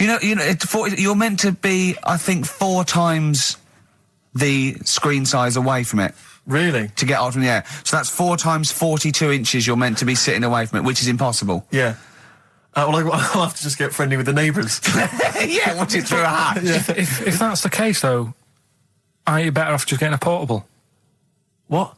I don't understand that rule. What are you saying? Well, you're meant to be 4 times the screen size away from the TV. But That's then what's the ratio. point in having a big telly if you've got to keep moving further back? Get a portable And sit and right sit next to near it. it. Do see your point. Why do people go to the cinema then? Did you see films that are out yet? Fair enough, he's got you there. Done. I tell you this, though. I had it delivered, and are you supposed to tip delivery men? Of course you I are. don't know. You see, well, if I've never had anything delivered before. I never spent that much money. not if it's a courier with an envelope, but if it's a bloke who's struggled up the stairs, I held the door two open for him. fat blokes with a fridge, then give him a £5 for a drink. But the problem was, I didn't realise, and I was thinking to myself, I wonder if I've got to tip him. And the guy was leaving, and my mobile phone went off in my pocket, Yeah. and I reached in to get it. He put his hand out, thinking it was a tip. I went, it's just my phone. And I felt terrible after he left. I didn't know. What was I going to do? Run down the street and offer him a £5? No. No, of course not. No. I'm not made of money. I just spent it on TV. Yeah, I've got no money, mate. No. I just spent it all on Yeah. this. I had to clean out my jar, everything, Exactly. the drawers. Yeah, I'd take some bottles back. The problem was, it took me forever to wire it in. I thought, I'm not going to pay for someone to wire it up, So it took me about 3 hours to wire it in, and it was huge, and I got it switched on, and the first programme that was on when I got it wired in was Bargain Hunt. I'll tell you this, David Dickinson's tan almost took me eyeballs out. It was incredible. It was like X-rays. It was extraordinary, the glow. I know, a huge plasma screen with this orange thing coming out, and he keeps turning to the camera, doesn't he? Just to get you. Yeah, he turns away. You get a bit close. They go, "What's he doing?" He just turns around, takes the cornea off. What do you think, Bargain Hunters? Bargain Hunters. Oh dear, that's why I'd buy a plasma screen to watch Bargain Hunt. I mean, it's ludicrous. This is the problem, is because what do you watch? I mean, have you watched anything that's been worth having? The only thing I've watched really worth watching. 24. Well, 24 works great, but also films. Obviously, that's the main reason I bought it, because films just look amazing on the DVD on the plasma screen. The brilliant Blur, Out of Time on XFM 104.9. One of my favourite singles of the year, and that's another thing. We'll be playing our favourite singles of the year, as well as our favourite clips of our own show. Rick, I imagine if people have got a bit of Christmas money, they're wondering what they can spend it on. Office DVD. Well, other than that, these guys have got some ideas. What, adverts? Brilliant. Exactly. Carl you had to go to one of those well clinics, didn't you? No, I haven't gone. Why? Because I'm not happy with it. What? I'm not happy with the whole... Well, it's just... Do people know what them places are? They'll give you a whole... Have you heard of them? Yeah, I've had one, yeah. They check everything. Which, Suzanne, my girlfriend, was like, you're 30 odd now. When was the last time you went to the doctors? And I haven't been for ages, because I don't... No, I never go. Doctors. I never go. Unless I think I'm honestly going to die there on an agony. They can always find something. Jane made me go to one of those things, those boot things where they do it. It's, a couple £100 and they give you a complete head to toe, don't they? But head to bottom is what it is. They do the old finger up the arse thing. Now, what is that testing for? Well, I like that he said it quietly, because he's on the radio. You can't say arse. Yeah. I say it quietly. Say it quietly. Yeah. Arse. Yeah, arse. That's what our mistake was, because we got a complaint upheld, didn't we, for saying... And I'm talking about a male chicken here, which is a cock, as you know. Yeah, and we said that word, right? So if we'd have gone, cock, we'd have probably gotten away with it. You can get away with murder. If you just, If you just whisper it very So go on then, I'm not going, because I'm not having that done. I don't understand what they're going to find up there. That's... Your head? No, but why can't we just... I mean, it's the heart that I worry about the most. Do you mean that in a kind of romantic sense? No, I mean, like, if They'd have to have a long finger, wouldn't they, to check that out? They go, "Is something wrong with your left ventricle?" Yeah. Now, this thing about the doctors, they hold your testicles and they make you cough. Yeah, they don't hold the testicles anymore. They just put it sort of like by the side of them. And what's that testing for? I don't know. I think it's something to do with if you got something wrong with your diaphragm or something like that. You can't do it when they press there. I don't know. It shows them something. So it's not doctors having a quick feel. Right, so you can't... well, that's good, because do you remember when Carl said he's going to die of cancer? And I said, why? He said, I don't check my balls. I said, why? He said, I don't like the feel. So they feel it for you. They feel them for you. And you can just relax, shut your eyes and think of England. But don't mess with them. What do you mean? You can do more damage messing about with them. Just leave them. And there's two anyway. You can afford to lose one. Yeah, I don't think that's the point. I think the point is it sort of spreads, doesn't it? You've got to check the... I mean, I'm not saying, if don't do it, because they spend a lot of money saying to people, have a quick feel if you've got the time, what have you. But I don't worry about it. Leave it alone. Why, out of interest, why do doctors stick fingers up your arse? Check the prostate. Check the prostate? Yeah, because if it's swollen, it could lead to all sorts of problems. Again, they're not having a laugh, Carl. They're not going. Hang on, look at this bald little mank fella. But there's no nice way. I'll feel his balls, stick a finger up his arse, and send him home. 300 quid, please. On you go. What about me art? It's fine. And they're all laughing. Roger, Jeff, stand behind that two-way mirror. yeah. What's this? I'm not going anyway. So. Really, you're not going because you don't want. No, I'm not happy with that. It doesn't even matter. It's not the fact he's a stranger. If it was someone who I knew, it'd be just as bad. That'd be worse. Imagine that at a dinner party. Oh God. Oh look, hello, Roger and Selena. Do you mind, Roger? Do you mind? Would you allow any of the celebrity doctors to do it though? Dr. Dre, any of those? Doctor Who. I just don't understand in this day and age. Would you allow Christopher Eccleston to stick his big northern finger up your? Do you want a song on anyway? But I still call Karl every day anyway. Oh sure. I called him a couple of days ago. Of course you did. And I went. It was the weekend. I went. What are you doing? He went, oh, just in Regent's Park and that. I went, what are you doing? I said, just going for... He went, oh, Jesus. I went, what? He went, a caterpillar just fell out of the sky. I went, what? He went, a caterpillar just fell out of the sky. God, it's there, it's wriggling around. I went, sure a bird didn't just drop it. He looked up and went, oh yeah. It was a bird. Of course he did. Yeah. For a moment he thought caterpillars were raining from the sky. I thought I was in Chicken Licking. Yeah. Unbelievable. Why did you think a caterpillar had fallen out of the I sky? don't know, it just startled me a bit. I love Karl being I startled. like the idea of him straight on the phone to Trevor McDonald. Look, Trevor, there's caterpillars, insects falling out of the sky. They're falling out of the sky now. Put it on the news, quick. Are you sure there wasn't a bird? Oh, there was a bird. Yeah, sorry, Trev. Bye. But it was after, like, I hung up the phone and that from you. I sort of sat there for a bit watching it. I imagine him cross-legged, just in front of it. But do you know what? Because of his shape, the shape of his head, and his sort of IQ, I bet the caterpillar was thinking, Mama. Yeah. Do you know what I mean? Yeah. It's unbelievable. Go on. And it was sort of running about all over the place, right, Steve? So the caterpillars have loads of feet and that, don't they? Wow! Well, they have 6 legs. They're actually a larva of an insect, so they have 6 legs. But they have little sucker things to hold on to the cabbages and that. No, they've got more than that. They've got, I'll tell you, they've got 6 true legs. Trust me. Trust me, I'm a scientist. And you were thinking what, Karl? Well, but they've got little pods. They've got little pseudo pod legs and little suckers. Yeah. But it was running about like everywhere, right? Mental, but sort of running off to the left, and then it sort of went back to where it was. Then back, went right and what have you. And I'm just thinking, whoever gave them the legs, right? What's the point if they don't know where they're going and that? Do you know what I mean? If you can get about... Imagine that sentence. Did you hear that sentence? Can we play that sentence back? No, I don't think we can. Imagine who gave him that legs. Whoever gave him them legs, what's the point if they don't know where they're going and that? And that. Always and that. And that, but maybe you just, to be fair to the caterpillar, with all its legs, okay, and you didn't know where it was going, it had just been plucked from its house by a bird, shot up into the sky, and then dropped from 80 feet, hitting the ground. Onto the head of a weird, bald-shaved monkey. It was probably concussed. Yeah, it's one of them things again, though. But it still knew more about the world than you. How does that make you feel? I just think it's a waste of time having all them feet. It's the same thing as the... Now it's got feet yeah. now! It has a nightmare buying shoes, doesn't it? Yeah. You just mentioned there about sort of no knickers and that. Is this going to be your Auntie Nora? No. Right. It's just, like the last flat that I lived in, I always had a good view across the road and I could see... It was the hairy... There was the hairy Chinese kid. Not hairy Chinese kid. He was just a Chinese kid, actually. Yeah. Running Because about. that's rare, isn't it? Hairy Chinese kids are very rare, isn't it? Yeah. There's only one official sighting, isn't there? In one of those shit little magazines that you buy. And there was the old woman who didn't move. She was just sat there reading a book all the who time. we think possibly died and no one came round for weeks, Might have been. But and now I've moved, right? And it was quiet for a bit. I always look at what view I'm getting, right?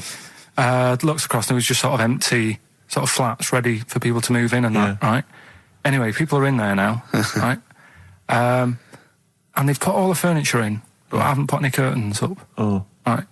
So anyway, I'm sort of washing up, just having a look out the window. Yeah. Right. Girl sort of wandering about, knickers on, right? With no knickers on? You mean No naked? knickers. Well, she had a bra on. Right, okay. But, She's probably looking for a knickers. So I thought, And I don't know how long I was looking. No. Right. But anyway, she looks across. Oh, God. I think she spotted me. Yeah. I think, oh, God. I felt really bad. Yeah. I said to Suzanne... Sorry, is this some sort of peeping Tom confession? No idea. Well, it's not... That's the thing, though. Peepington. If I was peeping, she was peeping as well, because she was looking over. Works both ways, doesn't it? Yeah, but yeah, all she could see of you was your bald head. Yeah. No, but And your this hands is it. moving as you were washing up. And some white-looking substance rotting up. Particularly stubborn stain on this glass. Yeah. Oh, God. Imagine that. Imagine if she looked across. I'm assuming your sink is lower than the window. But didn't she just cover up or something? Or she looked back and go, oh, you looking at my fanny? Well, the thing I did... What? I thought, just sort of drop me boxer shorts. Because I What? thought... Well, Suzanne said, what are you doing? What are you talking about? What are you talking about? No, just so they can see me cheeks of me. What are you talking about?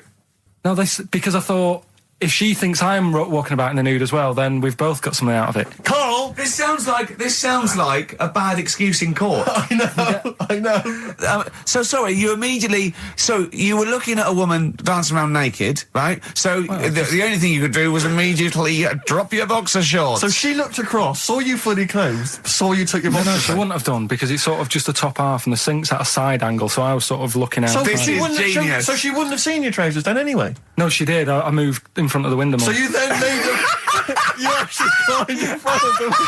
Oh, this is amazing! So you climbed in front of the window to show off No, your it wasn't your obvious. naked lower half. Suzanne said, what are you doing? And I I said, bet she did. What are you looking at? I sent you in here to What clean are up. you doing? I'm just taking my trousers down, stand by the window. Why? Because there's a naked woman across the road. What do you think I'm doing, Suzanne? I'm exposing myself while looking at some free fanny. leave it. What's up with you, Suzanne? Anyway. Wait a minute, can I just check?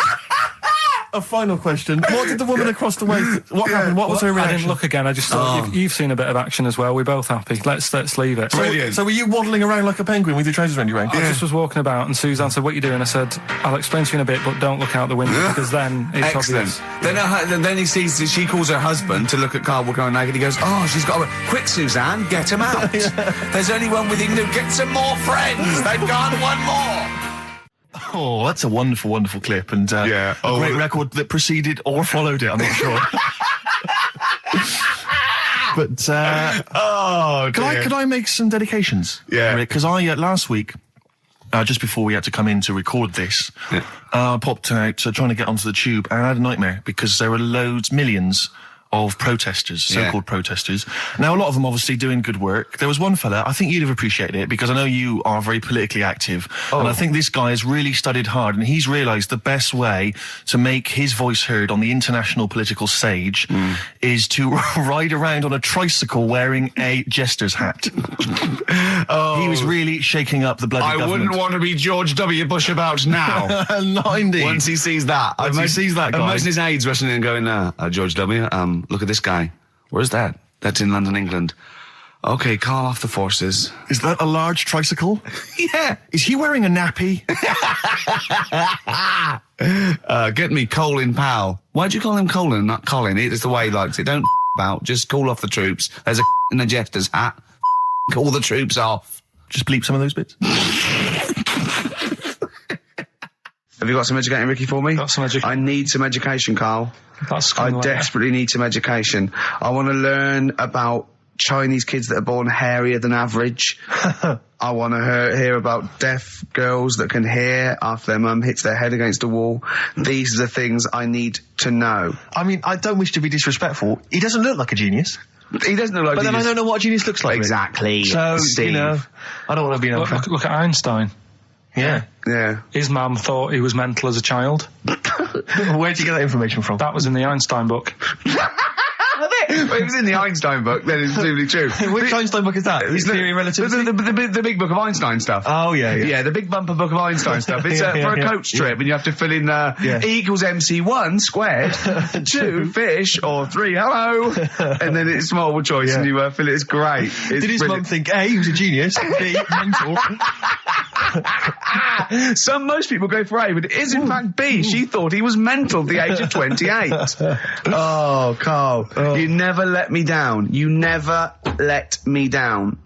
So have you got Educating Ricky for me? We've got Educating Ricky coming up. We've got Rockbusters. We've got Rockbusters. Great As seen and talked about in Heat. In Heat magazine. It's got really tough this week now. We're not messing about anymore. Right. Got some good prizes. Absolutely, yeah, we'll talk about those later. Because, I mean, was it last week that you had the classic? Was it, I can't remember, I'm paraphrasing, Carl, apologies. Something like, I'm here in Texas, I've fallen in a puddle, and my knee has got wet. Yeah. Whitney Houston. Whitney Houston. Yeah. Also, it was last week when there was a little bit of confusion over the one for Holly Valance. Right? Of course. I don't think it was confusion, I think it was your error. Yeah. No, it wasn't. And it was Holy Valance and you meant Pelmet. Then Becky, who called up that time and said, if you're getting mistaken with Pelmet, right, she sent me an email in a week saying, I've done a bit of research. Yeah. It was my fault. I've made an error. Yeah. It is a Valance. Okay. And I know about Valances. As I told you last week, at the very end, my auntie loves them. Yeah. Right? She makes them. She started off just like putting them on top of the sort of window around the curtain. And then she thought, I can do more with this. Yes. And she had a little coffee table that had magazines underneath. And she said, I'm sick of seeing them magazines when I'm sat down. She sounds like a Pilkington. So... I'm sick of seeing them magazines when I sit down. So she put a Valance around the table. She just got Valance around everything now. Yeah. Then, next step, she tapes everything. She never actually watches telly. She tapes it all because she gets sick of listening to the adverts and that. Yeah. So she tapes everything. So she's got loads of videotapes and that. And the video used to get on her nerves. When she was watching a film, she'd see the clock changing. Oh. And it distract her from the film. So she put a Valance around that. That's genius. Yeah. So, that is or is it mental? Only Mrs. Einstein can tell. I don't know. She's even made a little Jack Russell look like a hovercraft. Yeah. It's great. So everything's got a Valance. If you go round and you stand still for too long, the chances are she'll put a Valance around your head. Yeah. This is this is Auntie who? Auntie Nora. And this is the one that farted for 5 minutes. She did. Lest our listeners forget. Lest we farted forget. for 5 minutes, called his mum, saying I'm farting, 2 minutes into the fart. She said about 2.5 minutes in. Yeah. Just like, for example, that's why your balls are on the outside. Because the cells have to be a certain temperature to survive. I don't know if it's the sperm or Sertoli cells, but they have to be a couple of degrees below body temperature. Otherwise, they'd be in a nice cage and we wouldn't get kicked in the nads. What do you mean? That's why your testicles are on the outside of your body. They have to be a couple of degrees below body temperature. Yeah, but that isn't why they're there. You see, this is like the chat we had last week about the giraffe having a long neck. What do you mean? They're there because that's where they happen to be. They didn't go, right. Well, that's what evolution is. It's a selection process. It's not a will. The balls didn't say, look, I'm too hot, let's get us outside, let's get outside of here! All right, hang on a minute then. What? So a little man monkey, right? Theirs are in the same place as ours. Yeah. But they're walking around naked, so it could be anywhere. They could be, like, on the back. It doesn't matter where they are. They call it, well, they could be on the back, yeah. So why aren't they? This is a completely different... Steve! You started it. I wash my hands of the whole affair. And we're not only back to balls, but we're back to monkey balls. Yes. In one thing from about parasites, we're back to monkey ball news. Yeah. How do we get back to chimp testicle news? All right then. So this worm's in a fish. Yeah. It's like a little platyhelminth. I think it's some sort of. But what I mean is, why are they about? What do you mean? They Why? evolved But why haven't they died out? because they're very successful. Yeah. What do you mean? Yeah. What do you mean? Yeah. Tell me the brain event that made you say yeah in that 1 second gap. Because in a way I don't get it, and if I think about it too much, it hurts a bit.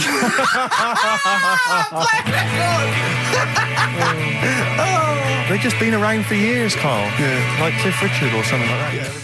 Carl's look at him. Carl looks at you like a cat. Yeah. Whenever we leave him behind, if we don't talk like straight at him and let him see our lips moving, and it's monosyllabic and very look, he's lost in that conversation there. He just drifted off, didn't you, Carl?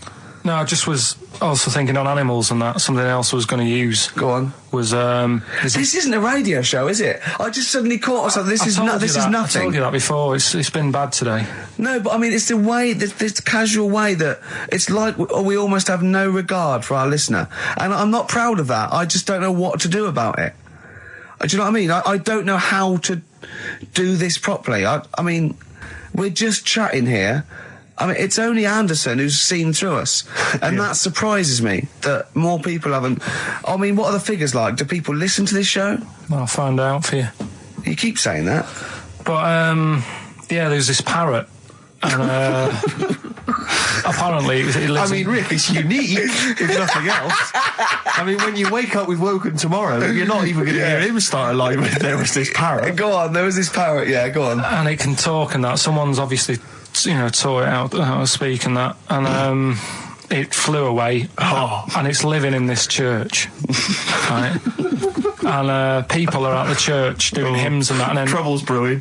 In between the hymns. That parrot was owned by an old miner who used to swear a lot. Yeah. Well, then the vicar is going to be really annoyed. That vicar, that vicar's going to go on. I just hope it stays quiet, Rick, during the vicar's sermons. Yeah, go on. Have you read it? No, go on. Have you read it? No, because that's what happens, go right? On, tell us, Karl. During the hymns, it's sort of effing and jeffing and stuff. Effing and jeffing? Yeah. And everyone's like going, it's quite funny, really, it doesn't know what it's doing. Everyone's having a laugh. Yeah. But it's causing a havoc at funerals. When did this happen? Not years ago. John was a much-loved man. He was a wanker! Yeah.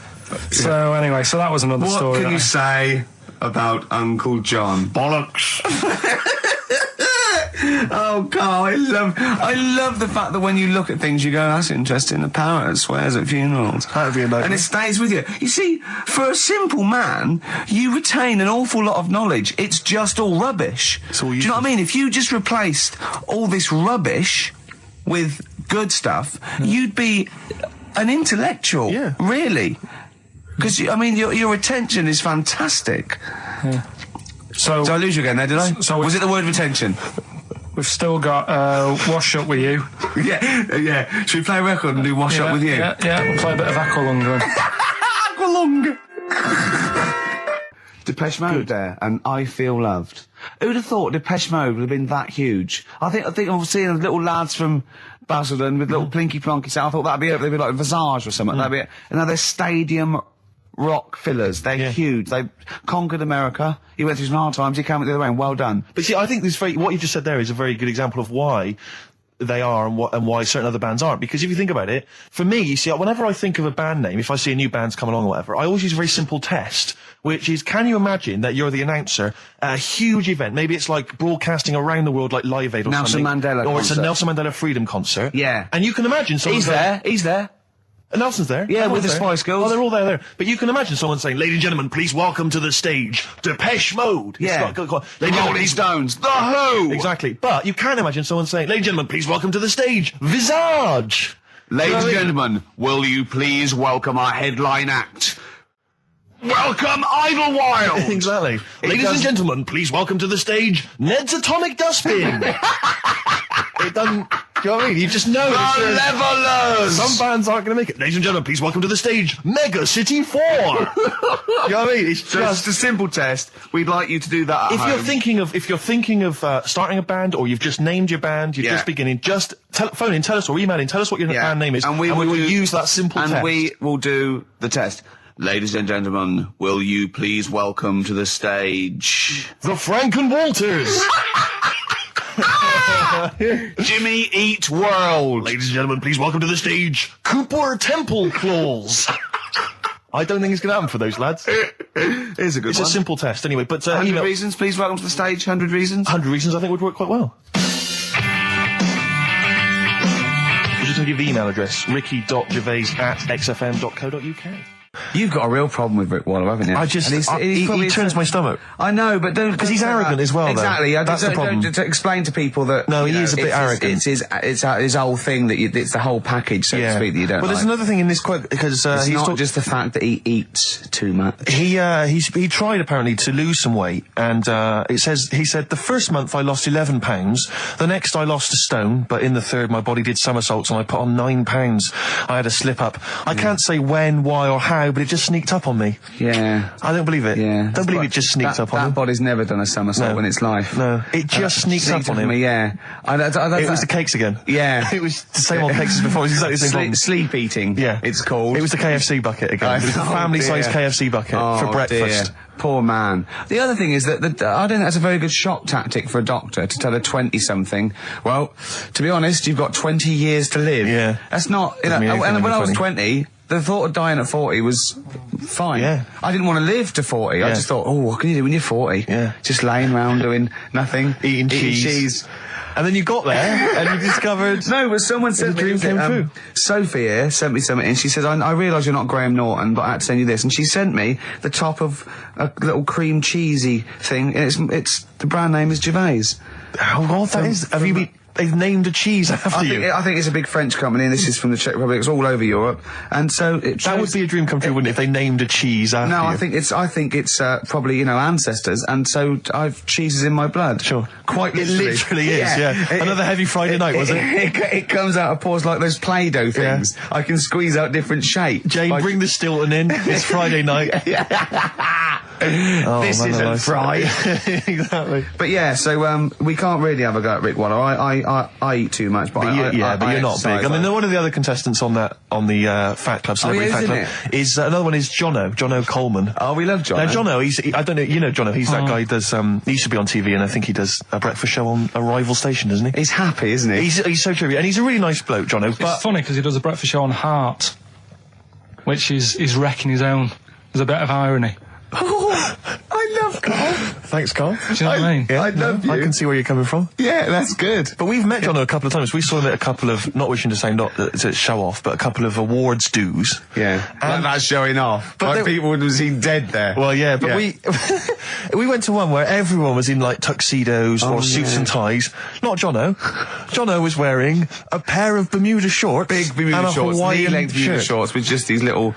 But I saw him again another feet. time, and he had shorts on at a similar event, and I've seen him since in the street, and he's all. I'm wondering if he can wear trousers. I don't think he can actually wear trousers. I don't know if there's a medical reason for that, whether he's just, his legs are too fat. I think the material is a waste of money. I think it's just that you can get shorts that big and they're comfortable, and, I mean, to be quite honest, I don't want to squeeze into a tuxedo anyway. So, if you can go, I'd love to turn up those things in Bermuda shorts. Well, of course. Flip-flops.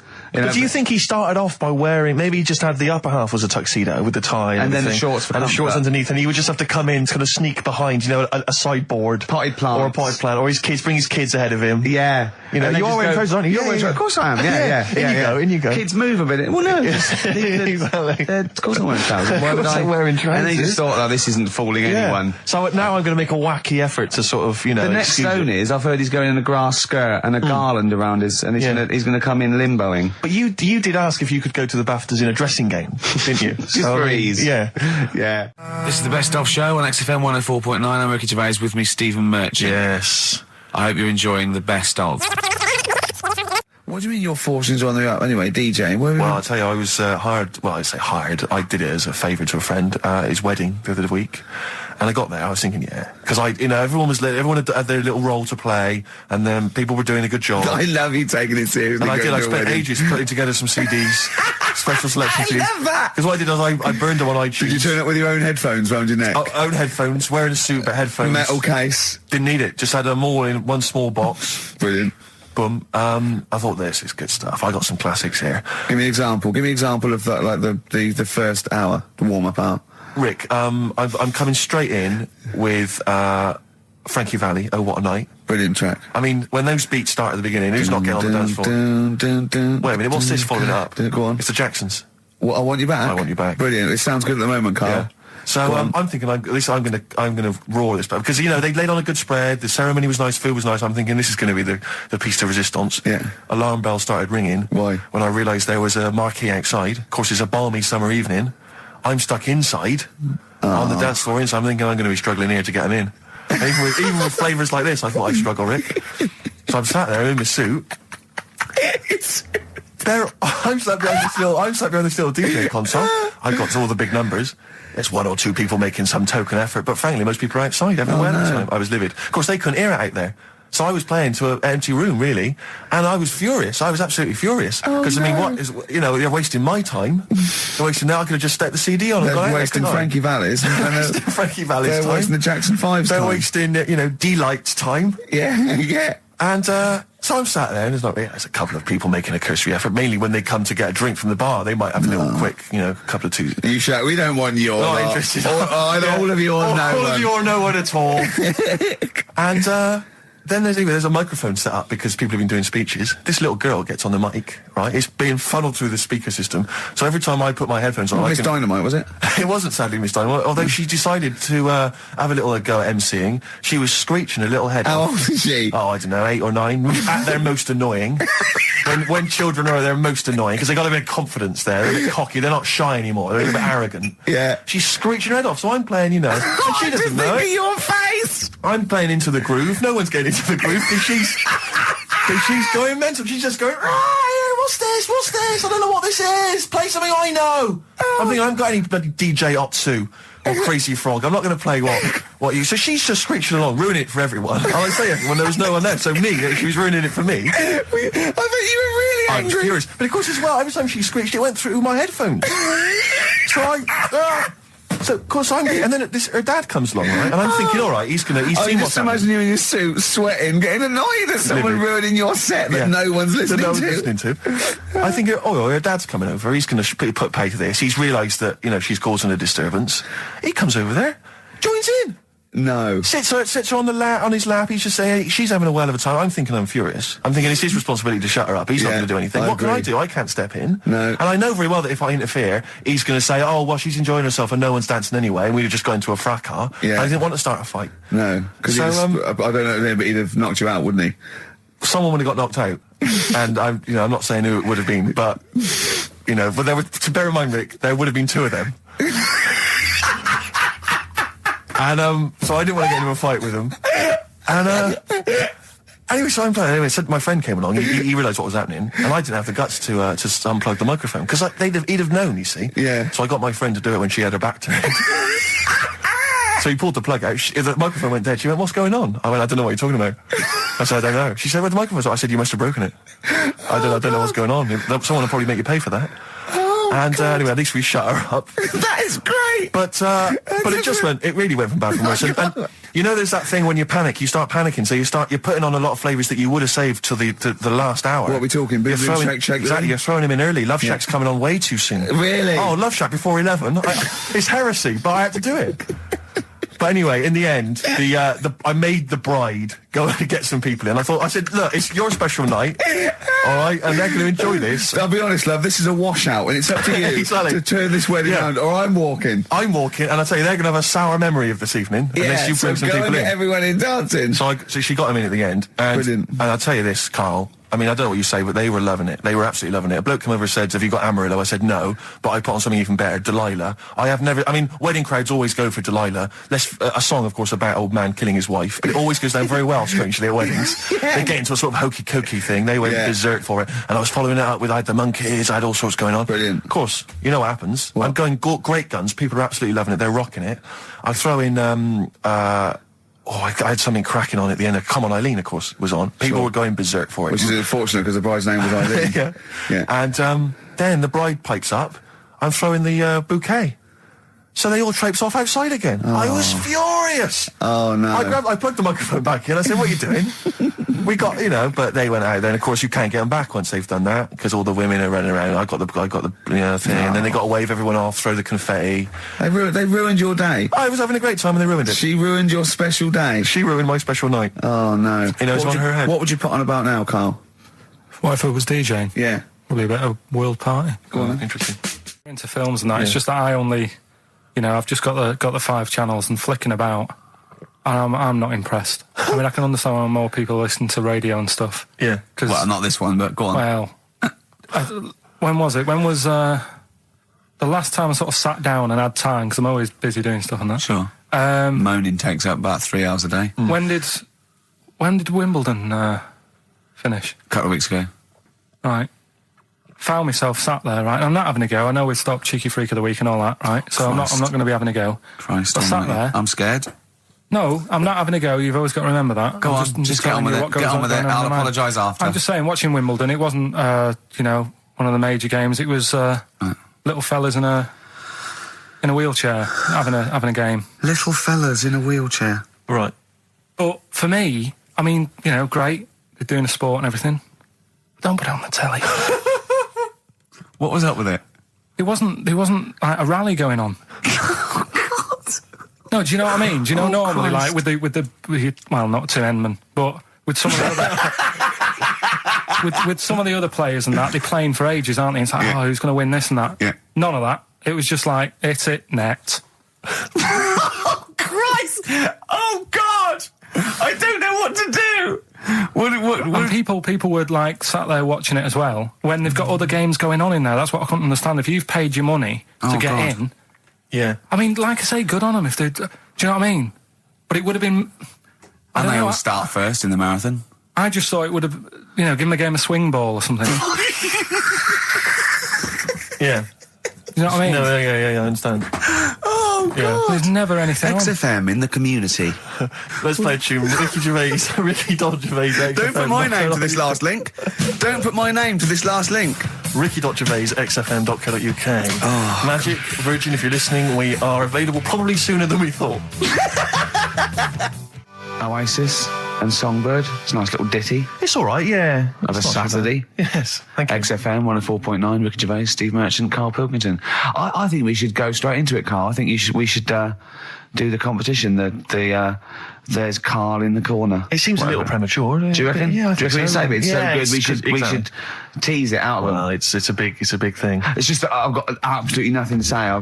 Sure. I haven't really. Well, I mean, like often I know you all have spoken to Karl in the week. This week, for some reason, I've been speaking to him. Oh, right. I spoke briefly to him about Michael Jackson and the documentary. Yeah. Now, of course, I thought that was extraordinary. Amazing, and I asked amazing Karl's piece of opinion. work. Yeah. And he didn't mention to me the fact that Michael Jackson likes to climb up in trees. No. He didn't mention anything about his bizarre relationship with children. He didn't mention anything about his obsessive billionaire spending sprees. Right. He didn't mention anything about the mannequins he has in his thing, or the fact that he drives around his sort of 7 hotel suites in Las Vegas in a little kind of old people's scooter. The only thing of note for Karl was he said to me, "Did you notice how big his hands are?" I'll tell you what, though, I did. What? How are you looking at... The man's got, like, a face that he's had reconstructed. Well, I can't even say that. It's libelous. Yeah, But, he hasn't. He's got He's had two nose face. jobs. Yeah. And you're But looking at his hands. But I think it's because you look at him and he looks a bit like...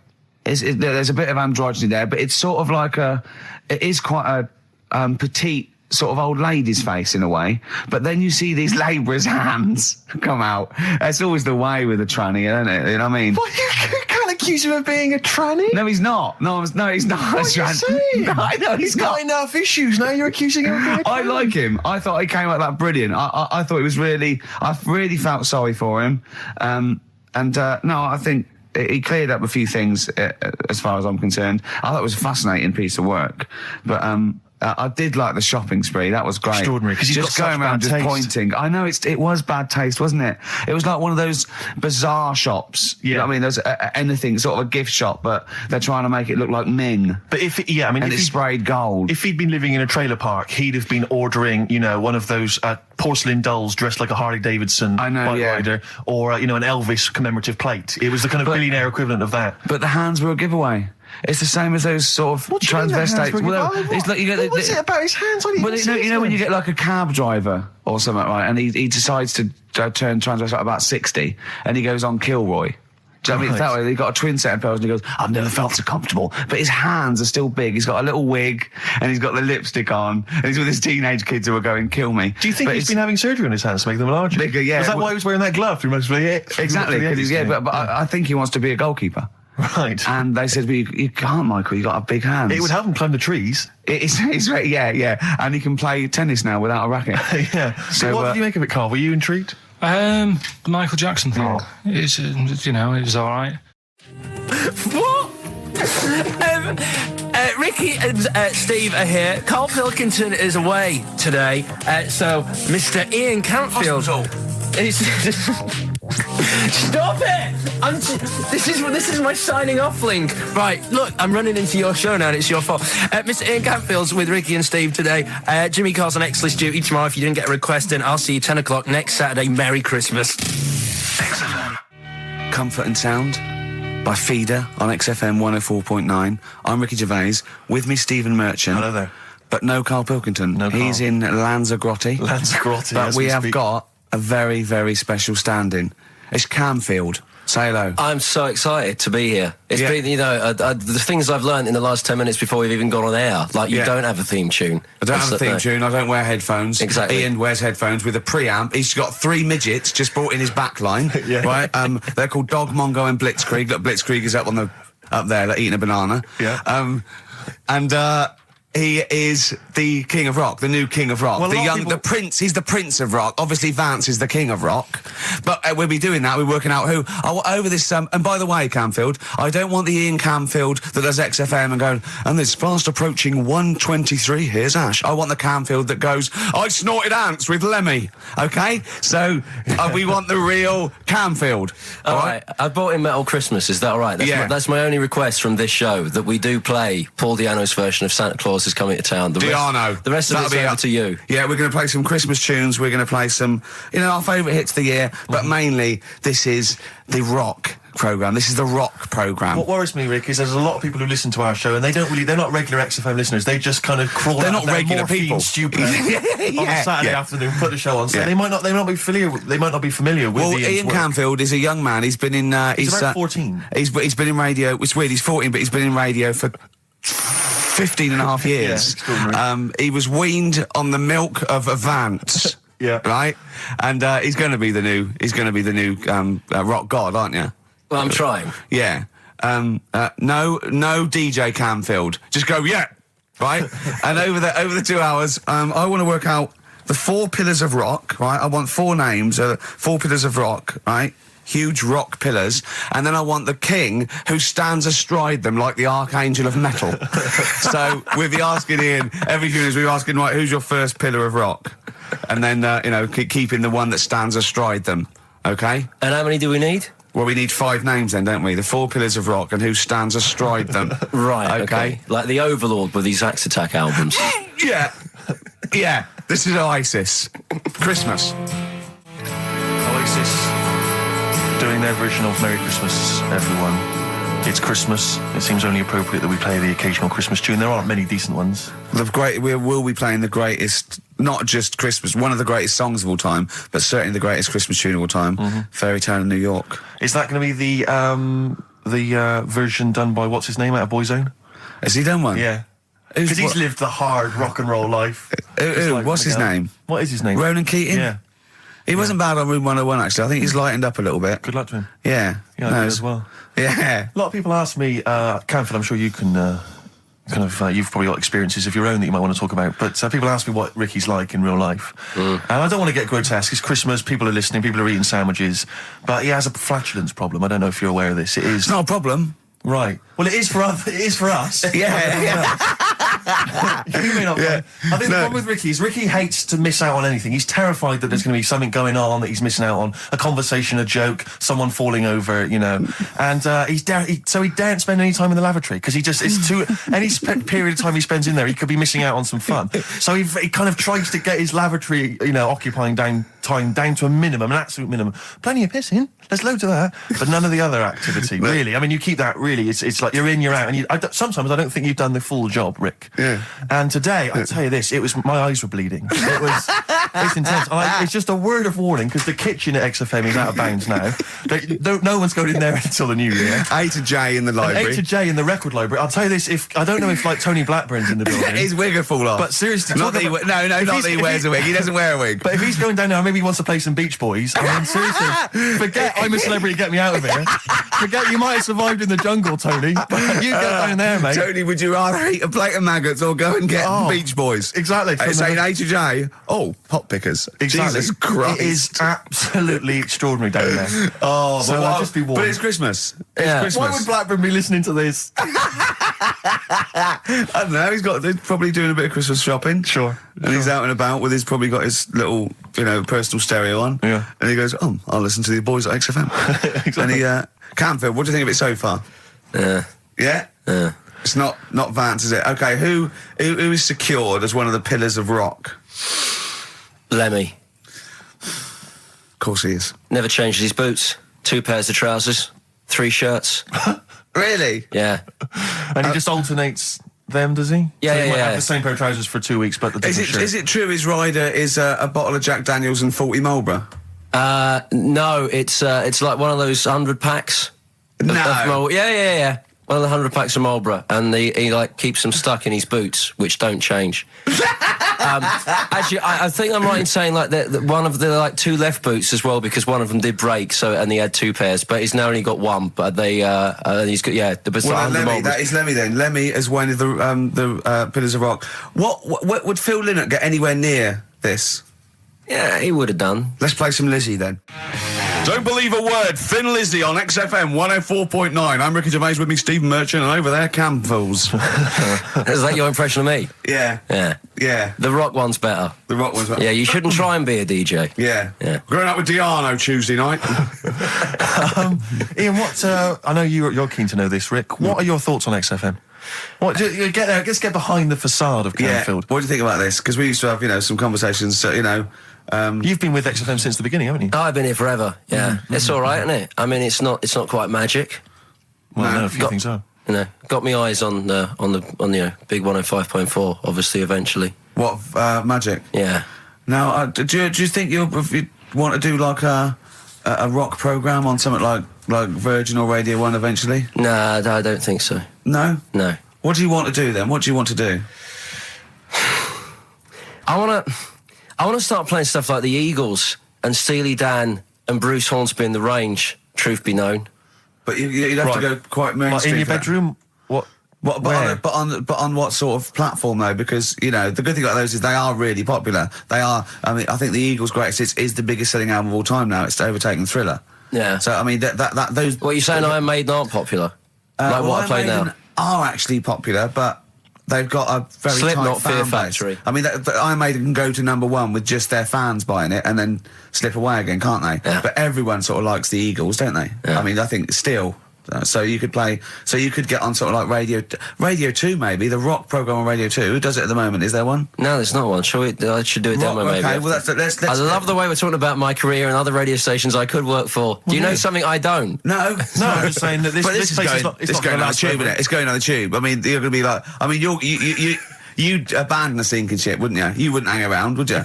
You wouldn't fiddle as Rome Byrne. I mean, we got a couple of pies cooking in the States, so we're not going to be here to keep it afloat. No, the weekends. But we want to take the good guys with us, right? So when this crumbles and they make it into a car park for Capital, I want to see you on Radio 2 Friday nights 10 till 12, pure rock. Exactly. Do you know what I mean? Absolutely. Right. Well, that's the pitch, isn't it? Friday nights 10 to 12, pure rock. Okay. If anyone's listening to the BBC, it's Canfield. He is the new Vance. Molten Metal, maybe.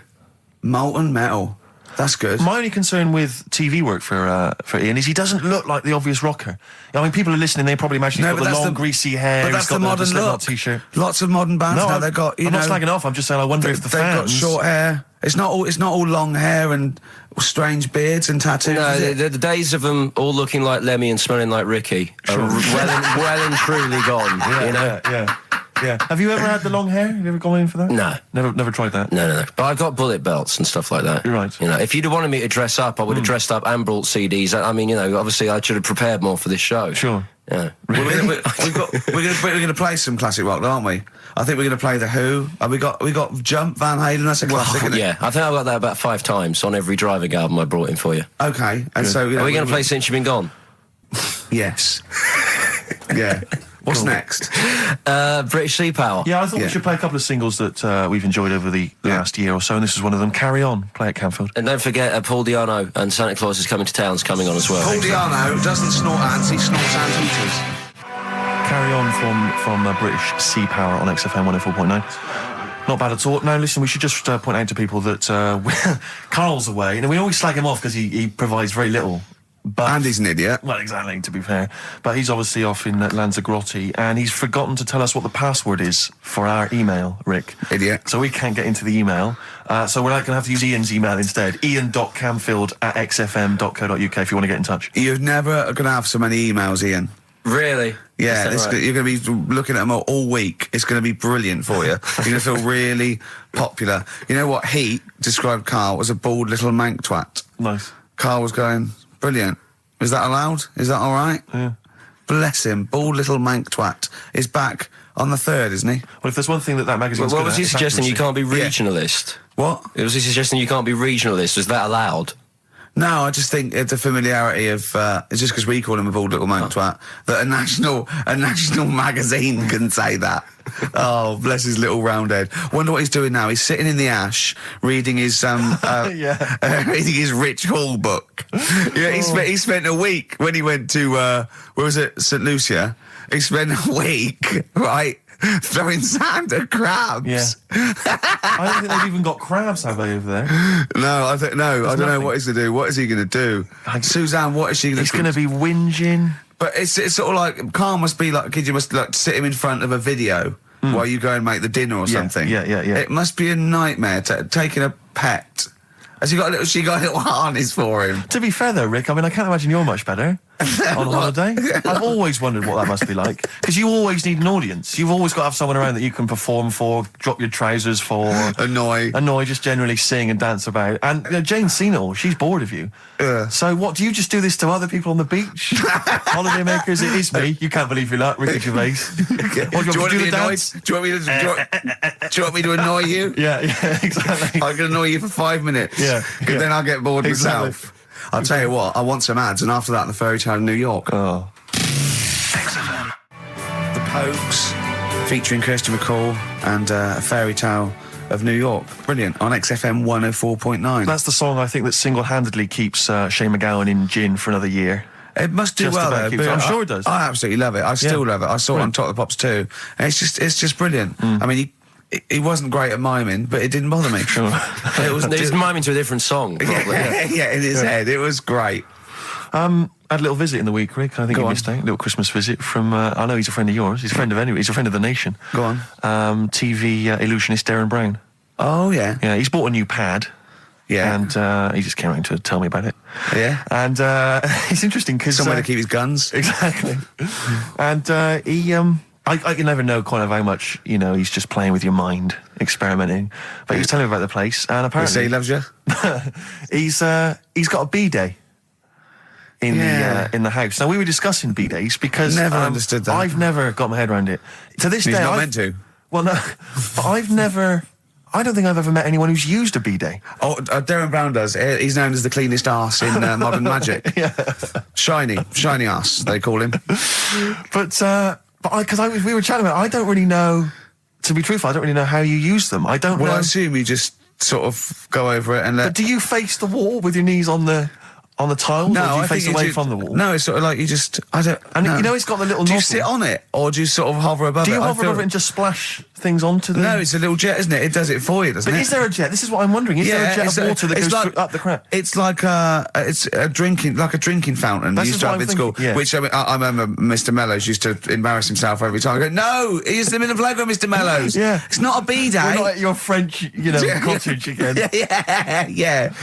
I don't. B-day sounds French. I'm assuming it's French. After, they're probably so embarrassed about just sort of like squatting over a hole. Yeah. They go, well, at least we can clean it. Have they? Because I haven't been to France for years. But are they still persevering with the They're public toilets? still It's going just with a it. hole in They're the still ground? got. I mean, I think they have got. Has a single Frenchman travelled anywhere else in the world? Yeah, and seen that now this you can is actually uncomfortable. I know. My trousers go You go down to that. Delhi, and I think there's proper decent porcelain. I know. I can't believe it. I think they have got the flush ones now, mainly Right. for the tourists. Sure, yeah, But yeah, I've never really understood that. But it's not, you don't go in, it's not like because they're literally crapping into an open sewer, aren't they? That's the French approach to the public lavatory. Do they have the bidet next to the hole? No, the toilet is a toilet, isn't it? Right. But it's just like It's sort of like it's like going in the bottom of a shower with a big hole at the bottom. But I don't know. And do you use? I mean, again, not wishing to get graphic, but do you use the bidet instead of the toilet paper? Is it used in conjunction with, or I mean, instead do of? you know what? I've honestly never used a bidet. Because it's not really a working class thing, is it? The bidet. No, but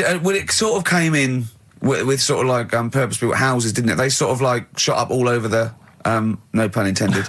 All over the sort of 70s. You know what I mean? It was like in salmon pink. There was toilet, sink, and bidet. Yeah, we won't be using the bidet. Exactly. Fill it with ice. Put some beer in that. Yeah, because none of my friends washes their arse. There are people who refuse to touch their, the hole with the hands, and they only use a bidet. So if they're at a party and there's no bidet, well, Karl doesn't like feeding his bollocks for cancer because he says he doesn't like the texture of them. Sure.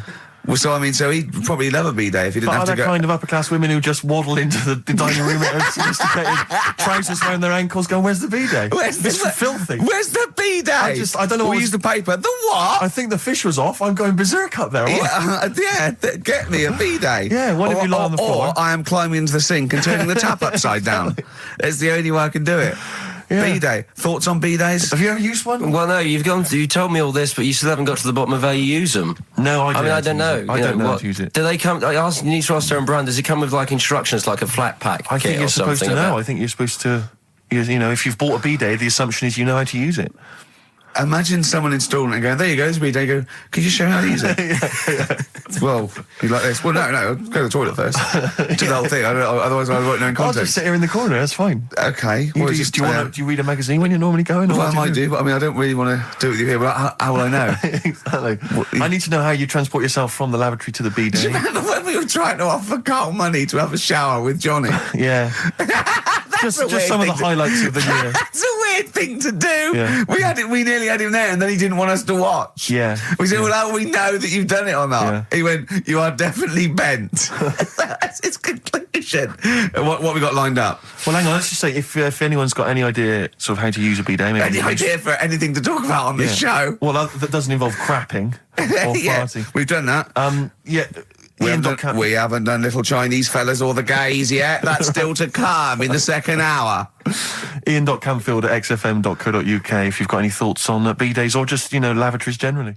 Richard Ashcroft on XFM, Check the Meaning. I think it was out this year and we enjoyed it. So I certainly had a thought then that, someone like Richard Ashcroft, who's really cool. I mean, I think one of our greatest rock and rollers, really. He writes great tunes, does great albums. The Verve, already in history. I just suddenly thought of him listening to this and thinking, I wish they wouldn't play my songs because I don't want to be associated with that drivel. Yeah. Most people get a buzz out of it, get it on the radio. Do you think people say, don't let Gervais... Guilty by association. Do you know what I mean? They've just been... I love that song. I love Check the Meaning. I thought it was a lovely song. And he's thinking, they're going to sandwich it to been talk about little gay Chinese fellas and bidets. Yeah. Yeah. And it's going to make me look What worries bad. me, Rick, is that if we had to draw up some kind of list of artists who would allow us to play their songs, it's going to be such a short list. Gary Glitter, it's going to be a few people who, are slightly more shameful than us. I just thought of something. There are 1 billion people in China, and I assume it's the same percentage of homosexuality occurs, as it were. That to 1 billion, 1 in 10, that means there's 100 million little gay Chinese fellas running around. Richard Ashcroft, if you're listening, I apologise for that last... Think about it. John Lennon, you okay? War is over. I heard a DJ in the week, I won't say who it was, but sort of like a cheesy sort of housewife choice DJ, and he played that, and he went, weird one, that, isn't it? What do you think of that the first time you heard it? Strange one. John Lennon, Yoko Ono, war is over. Here's the moment, at least, out there. I love that. Oh. What does he mean? That's exactly what I want from a DJ. That kind of insight. We were talking before the break about how many little Chinese fellas there are. Yeah. Billions. An awful lot of them. Brilliant, good, more the merrier. Are you familiar, Rick, with the scary fact, I don't know, Camford, if you're aware of this, and it's chilling. I don't know where I've heard this from, but apparently and this is kind of legend, I didn't just make this up, this is well known, that if all the Chinese people in China, right, no, come on, if they all jumped up and down at the same time, apparently, this is what they say, apparently it would cause a tidal wave that would wipe out America. That would destroy America. I love the idea of coordinating that. Brilliant. Well, I like the idea, firstly, they don't need weapons of mass destruction, they don't need nuclear weapons, because they got that threat They can't constantly. have on that, you can't count a tidal wave as a weapon of mass destruction. Or jumping. Tony Blair could send in sort of people, UN people going, look out for anyone jumping. Exactly. Because all they need is an immense sort of skipping rope. Oh yeah, once a little fella in Japan holding one end, little fella in Russia holding the other. Exactly, yeah. And they go, on your marks, you'd have a lot of coordination over that one little... Maybe like someone like Mr. Motivator, kind of coordinating it all from the top of the wall, sort of looking down. The Chinese equivalent. That's right, yeah. That would be... Because I think that's why they built the wall. I think that's why they built the Great Wall. To jump off the wall. Exactly, they just climb on that wall. That's the way it's there, that's the threat. And that's why America started the space race, because you can see it from space. Exactly. So they go... They're up there monitoring constantly. This is Eagle to Houston. There's lots of little Chinese fellas about to jump. Yeah. This is Houston. Are they wearing them lampshade We just need to hats? confirm they're Chinese. Are they wearing those... are they wearing those comical hats that look a bit like a lampshade? They yes, are. they are. We just have to confirm they're Chinese. Because if I was the leader of China, what is the name of it? Is he the king of China? We're so ill-educated, aren't Is we? it the king of China? The Tsar of China? King, is it? What is it? Is Chairman Mao still there? Is he still It's chairman someone else probably, the new chairman. Or chairwoman, don't be sexist. And actually, when I said there's a billion people in China, so there's 100 million little gay Chinese fellas, someone phoned up to say half of them are women. Yeah. Well, of course. Yeah. Straight on the phone with that. Well, I meant little lesbian fellas or little gay fellas. Yeah. I wasn't being sexist. But I'm just saying there's probably 100 million little gay Chinese people. What worries me, Rick, is if I was the premier of China, or if it was some of the people I went to school with. Is it premier? Oh, whoever he is, the king of China. If I was the king of China, right? Isn't he the king of China and king and I? Or is that he's somewhere else, isn't he? That's Siam, isn't it? I don't know. Is that not in China? We're not. Where's Siam then? We're not. It's Ceylon now, isn't it? I don't know. Or was that... Oh my God! Someone educated listening must be tearing their hair out, listening to three buffoons in a room. If I was the king of China, let's assume it's the king of China. Okay, yeah, you'd be tall. But when sometimes you've had a few drinks, whatever, I'm sure you've done that thing where you order a pizza for someone, a mate or whatever, or send a taxi around to their house, something like that. Yeah. What I do is I just phone up George W. Bush and go, seriously, mate, you better send some stuff over, money and that, and videos, because seriously, they're all outside now. 1, 2... Yeah. And you can freak them out. Send us some knives and forks, because I am fed up with these sticks. Yeah. It's ridiculous. I don't know why we're still sticking with them. I can't pick up the tiniest little bit of chicken. It's crazy. It's rubbish. Send us some cutlery. I'm having a nightmare eating yogurt. Oh dear. This is 104.9 Racist FM. Absolutely. Jonah Louis. Should we apologise for that? Not at all, no. That's right, isn't Stand by it, yeah, it's That good. was his follow-up to You'll Always Find Me in the Kitchen at Parties. Yeah. One of my favourite lyrics. She was into French cuisine, but I ain't no cordon bleu. Brilliant. Yeah, looking forward to playing that in the new year. What happened to B.A. Robertson? Don't He know. knocked it off. I was standing in the corner and the ball came across. What was the other one he did? I don't know. We're not as old as you. Oh, no. This is all gobbledygook to us. XFM 104.9. That's Jonah Louis. Yeah, you're not listening to classic gold. Amazingly. I've still got my own teeth. I think, Rick, I was the subject of a Christmas con in the week. What, you mean you bought something for £4, then saw it for £3.90 as you walked home? That would make me livid. Because I've seen you really livid. I'm absolutely furious. When I bought my PlayStation, I saw I could get it for £5 cheaper down the road. I was absolutely And fuming. you'd already walked to about 19 places, Oh, God, I remember. yeah. I actually left you after about an hour. Yeah. No, I do. I'm furious because I got to get a bargain. I hate the feeling that I'm being ripped off. Yeah. And I'll tell you this, I'm loving online shopping. Oh, the savings I'm making, Rick. Really? It's crazy. Really? Getting 15, 20 quid off some things. Is it really? Oh, amazing. But these things, I might point out, are like Jaguars and Mitsubishi cars. Exactly. Yeah, but it's worth shopping round. No, this was not so much a con. It was a con, but it wasn't so much one of those just a missed bargain. Yeah. Doorbell rings, answer it. It's a couple of girls. They must have been 13 or 14, maybe. Now, I've always had a problem with teenagers. I'm intimidated by teenagers. In case they call you a dork or something. Well, I mean, I told you before, I was walking down the street once, and there's two guys coming towards me. I mean, real losers. Do you know what I mean? Glasses, the spots, greasy hair. Do you know, really pathetic. And I was sniggering to myself. I was thinking, look at those losers. And as I passed them, I heard one of them look at me and say to his mate, look at that geek. I was furious. I was thinking, I'm allowed to call you a nerdlinger, but gee, I don't expect it back. I was really furious and like upset. And so, as I say, these teenagers are at the door, and they were quite aggressive, quite aggressive girls. And they had a piece of A4 paper, and they went, "We're doing a sponsored thing." Yeah. But I didn't quite catch what it was they were doing that was sponsored. I think they sort of fudged it. They went, "We're doing a sponsor." Oh yeah. And I went, right. And they went, "Do you want to sponsor us?" Boy, they picked on the wrong person. I was a bit intimate. I don't know why I said no. I was worried maybe it was part of some kind of, hidden camera show, Yeah. And so I said, yeah, all right, I'll sponsor you. So they handed me this form, and I always thought you were supposed to have quite an official-looking form for any sponsorship thing. But this was literally a piece of A4 torn out of a notepad. It was the back of a Gareth Gates poster. Exactly. And, with some blue tack on it. Yeah, well, and I looked at it, and I didn't really absorb it, but it had things like, Mrs. Jones, Mrs. Smith, £5. Yeah. And then no one's actual address, just Finchley Road, nothing too specific. Yeah. So I wrote my name on, and put down £3. 'Cause a lot of people were giving £5s, but I thought, I'm not made of money. It's Christmas. I've got to buy gifts and stuff. So I gave him a £5 and asked for change. Yeah. Well, I gave him £3. I said, I'll sponsor you for £3. Best of luck. And they went, "Can we have the money?" And I said, "Well, aren't you supposed to do the thing?" And the woman the girl just looked at me. She just went, "No." So I gave her £3. But what difference does it make? Well, I'm assuming, though, that it's not going to any charity. It's no sponsored thing at all. But then I'm not being funny. The charity that it's not going to, you wouldn't have given to it anyway. It's true enough. So all that's happened is you're £3 down. But I'm £3 down. Yeah, but if it would have gone to charity, it'd be £3 down. The fact that it hasn't gone to charity doesn't matter because you wouldn't have given it to charity. Yeah, but if it had gone to charity, Rick, I'd have felt a little bit superior, a little bit smug. That would have kept me going for another 6 months. Whereas now it's just gone to a couple of weeks off the street, who are scamming people, possibly old people, Rick, and that's who I feel sorry for. They've not got a great deal of money. That's why I'm not worried about myself. I've got a bit of cash. What about the old people? Yeah. Although you are £3 down, which probably still hurts, doesn't it? It's still stinging. That's why I just like to tell you now, get off my chest. It's Merry Christmas. Thing, yeah. Just be careful. If you're living up in North London, be careful. There's 2 girls that are going around. I expect, they might come to your door. But they might be wary. Be genuine. No, I don't think so. No. They were common. They were very common.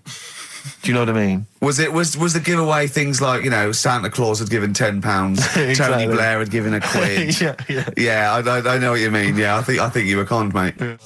Right. Won't Get Fooled Again by The Who. Ian, I'm going to ask your expert opinion. Is that not one of the greatest rock songs of all time? Yeah, if you'd have played the proper version of it. I know, but it's 6.5 minutes, and we usually do, but we just thought, it's Christmas, people want to... but have him or Jonah Louis. Yeah, but we could have played like the full 8 minutes rather than making the show sound like strolling round your local Asda with the Christmas songs with a little bit more racism. That to me sounds like fighting talk. You want a rock challenge, Canfield. You can't handle the truth. I'm gonna rock this out the last 40 minutes. Can we put Keith Moon in the monolith? I was going to ask you. He's my favourite drummer of all time. Will you go along with that? Yeah, absolutely. So we got Lemmy and Keith Moon. Yeah. Are we making up a kind of super rock band here? We could do. That? We could make a rock band. That's far too passé. Let's call it the Monolith of Rock. It sounds more stupid. Okay. So we got Lemmy and Moon. Yeah. We need 3 more. So we need 2 more Pillars of Rock, and then one to stand astride it, like the Metal Angel of Death. Now, Ian, you've hung out with some of the big rock names, haven't you? Yeah. No, I'm not going anywhere with this. I'm intrigued. Tell me some of the people you've hung out with. You've hung out with Maiden, have you? I've hung out with Maiden. I've been flying with Bruce Dickinson. Yeah.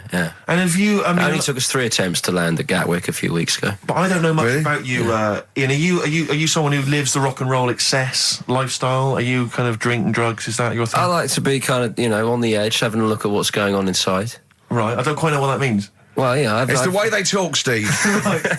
Well, I mean, because some of those rockers, they're hard-living boys. Can you keep up with them? Do you up till 4 in the morning? 4 in the morning. Yeah. 4 in which morning? Hey, Daddy-o, man. Yeah. We're going out about 4 in the morning. Yeah.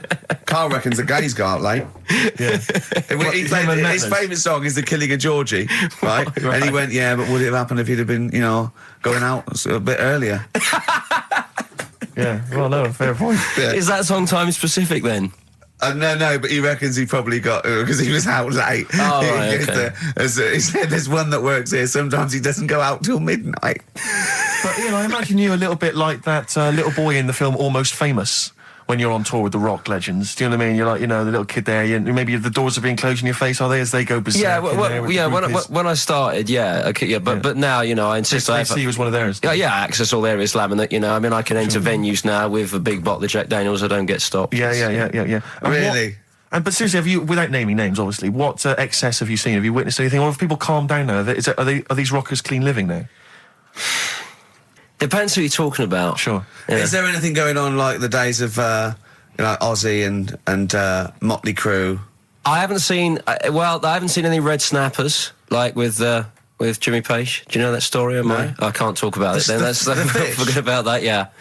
Oh, is it disgusting? Yeah, well, yeah. But is it worse than talking about B-days and Ricky's farts? Kind of. Right, okay. Yeah. Yeah. Right. Yeah, I know. You wouldn't want the instruction manual as to what happened with the red snapper, like you do with the B-days. Sure. God. But don't, as I say, don't name names. Obviously, there's a sort of client, doctor confidentiality or whatever that you... Yeah, well, I saw... We know there's no one listening. Yeah. So it won't go further than this studio. I saw a member of a very big band play the Astoria recently, and they turned up at the Astoria about 15 minutes before they were going on stage, right? And someone said to them, "Is it good to be playing the Astoria?" To which he turned around and went, "Oh, right, are we in London?" Really? Oh, dear. And this person then managed It wasn't Daniel O'Donnell, was it? I can only think of the Libertines. No, it's not a very big, huge band, is it? No, bigger than that. Okay. Yeah. Okay. What other rock and roll excess do you want? Oh, I was told once that if you stay up for 2 days, the best thing to do is eat some yogurt.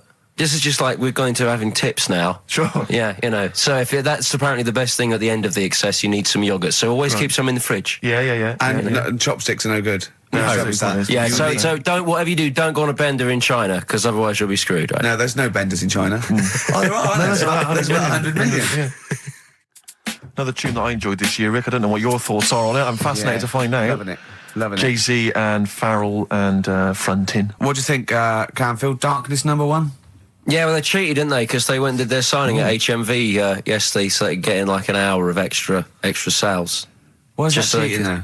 Well, I don't know. Well, I suppose Gary Jules could have turned up at Virgin down the road, couldn't he? And Yeah. Okay, well, then in that case, they're going... deserves to be sort of #1, because at least it's potentially a sort of evergreen, sort of Slade type classic, and they are the biggest sort of band around at the moment. Canfield, what are your thoughts? You love rock.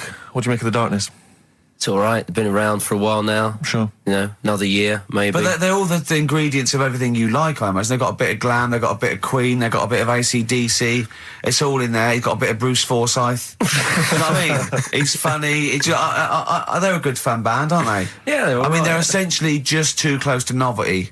But then so was Slade, in a way. Slade have only got this credibility resurgence in retrospect. At the time, they were a pop band that essentially were for teenagers and thugs. I'm not sure Canfield's going to be championing Slade, though, up there in the same way that he champions the Maiden. But you got to appreciate what Hold has done, surely. Yeah, I appreciate what Hold has done. But they only became cool, didn't they, when Oasis covered them? Yeah. I genuinely always liked Slade, and I've still got a soft spot for him. But the Darkness, we'll have to wait and see. At least the Darkness one is irresponsible for the kids of today, though, because the amount of spelling mistakes that Slade were responsible for at school in the 70s must be atrocious. Putting the Z's in. Rubbish. Ian, I'm going to have to ask you for our third pillar of rock before the ad break. Right, well, we need... who have we got? Sorry, we've got Lemmy and Moon. Right, okay. I think we need to put in... we need a guitarist in there. We should maybe put in Keith Richards. I'm a little bit worried about the health scare, because the kind of air pollution around any venue that this band might play with, like, Lemmy and Keith Richards there. Yeah, See, I'm surprised at Keith Richards, because I wouldn't have thought it was heavy enough for you, but the Stones have done enough to get in the annals of rock. Yeah. Okay, let's play some ads. Quick question.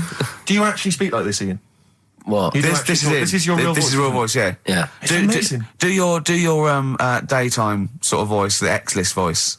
Say it's fast. It's just coming up to 2 on XFM 104.9. After the break, we've got Feeder. Say that. It's just coming up to 2 on XFM 104.9. These are the ads. XFM. The trouble with that song is... it could sound like he's saying something to do with Bell Ends. Well, yeah. What? Heaven forbid. What? You think he meant that? Did he? Probably. No. That's The Darkness on XFM 104.9. Bell End. Yeah. What other rude words are there? Cock. Yeah, that is rude. Yeah. Especially at Christmas. Especially at Christmas, yeah. It's a time for families. I know. Now listen. Time for family. Now, Ian, Yes. Who is your fourth? We need a lead singer in this mega group, the Monoliths of Rock. Who we got? Lemmy, Keith Richards. We've got Keith Richards on guitar. We've got Lemmy on bass. Yeah. We've got Keith Moon on skins. Right. Some terminology coming out there. Yeah. Who's doing the Vox? Who's given Golden Tonsils Award? Robert Plant. He's gone for Plant. He's gone for Plant. A lot of trap names there. There is the group. The lineup is Moon, Lemmy, Richard, Plant. Okay. Now our competition, Steve. Name that group. Okay. What's the best, heaviest rock name ever? Sure. This is obviously not a name that already exists. No. Okay. My mate thoughts of mine yourself? came up with. I think it was Brain Hammer. which I like. Velvet Nazi 666. Sure. So we want the heaviest, most mental piece of death metal, headbanging, bleeding out your brains rock. Axe Attack. Okay. Please welcome to the stage, Christ on a bike. Please welcome to the stage. Oh, look at you. That would be great. Yeah. That would freak out the metalers. Yeah. Cheeky. Yeah. Oh, now listen. They need a manager. They need someone who could introduce them. They need someone to stand astride them. Who is the leader now? Who is the king of all that rocks? Well, it's obviously Tommy Vance, isn't it? Do you know what worries me, Rick? We've said Vance a lot today. I'm wondering if people, the kids today, do they know Tommy Vance? Are they What do you think familiar of with that, him? If they don't know, they shouldn't be listening. Okay. Fair enough. So Vance is their manager. He needs to. They're on at Wembley. He's got them on at Wembley. They're the greatest rock band of all time. We need the name. Please welcome to the stage. What are they called? We'll, Phone in, email in, and the prize we're gonna get some. We'll rummage through the bins as Carl normally does. Some old tat like Carl does. We'll Some dig something VHSs, some CDs. Greatest air guitar Peter ever. Max. Yeah. What's the? Do we need to give out the numbers and Well, stuff? they can email, Don't get can't them they? to phone in. You don't want to talk to him, Ian, seriously. No, you know when what's his name says to Agent Starling as she's going to meet Hannibal, don't let him inside your head. Yeah. Don't talk to the listeners, Ian. Exactly, it's very much the same Please thing.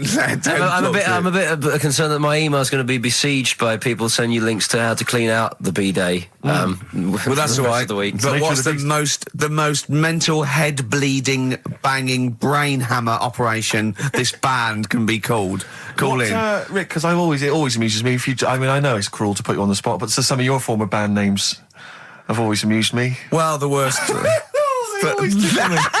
worst one. Right, I'll just leave this. Ricky's had a number of bands over the years. What was the worst one? Ready? Get ready to play that record because I don't want any aftermath. No, hang on, before you tell me, what was the one? Because these pictures of you, like when you were New Romantic, keep on being published. That was Shauna dancing. Yeah, but someone That's pretty bad. But someone told me they were like, "Oh, ask him about when he tried to be Bon Jovi." Can you imagine such a thing? I know the name you're thinking of. Right, here we go. Play the record immediately. I say this. Ready? The Sacred Hearts. Play a record. Blur on XFM 104.9. I forget the name of that track, but it's good. Good song. Thanks very much. Oh, good song. Yeah. Oh, right. I just thought you were complimenting giving me. his opinion. Right, Yeah. go on. The what? Are we still on the air? Yeah. What are we doing? Merry Christmas. We got someone on the line. Oh, right. He's here. Who's that? Ricky, Yeah, go on. it's Jonathan. How are you? Good. It's only TV's Jonathan Ross. Ross, turn your radio down, you idiot. I'm here. I like to. I haven't got the radio on. What are you talking about? We can hear the feedback.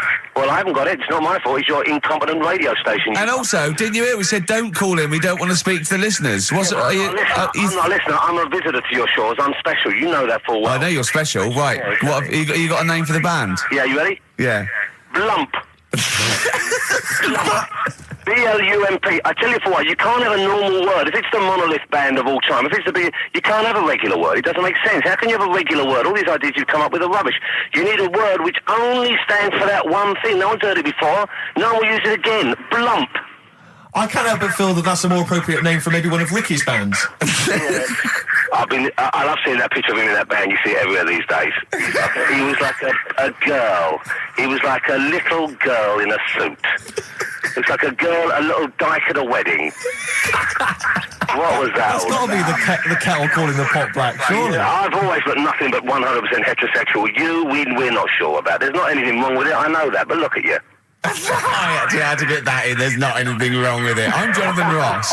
Oh dear. I was thinking the other day, right? Oh, yeah?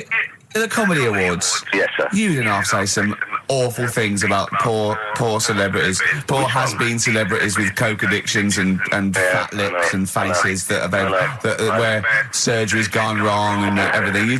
And when they're on the show, they're going, "Oh, you look lovely." Yeah, I'm nice so to them. good. Well, I'm nice to them to their face, but obviously when I'm not with them, I like to let my true feelings be known. What's wrong with that? That's how everyone Well, I'll tell you what, you can get anything off your chest you want on this show. Any celebrities you want to talk about? There's no one listening. Yeah, it's just between me and you. A lot of people listen. They listen to my show, and after they've had a few hours of good laughs, they like something bland to just cool them down afterwards. So they flip over. We know this happens. Did you mention my DVD on your radio show? You know what? I forgot to. I forgot to mention it. Christ! I meant to mention by the office, but I forgot to mention it. And then I thought afterwards, it's not like he needs the cash, is it? It's not like he needs it. It's not like it is, but he's probably earned more money in a shorter space. You're like a lottery winner, and you've got about as much taste.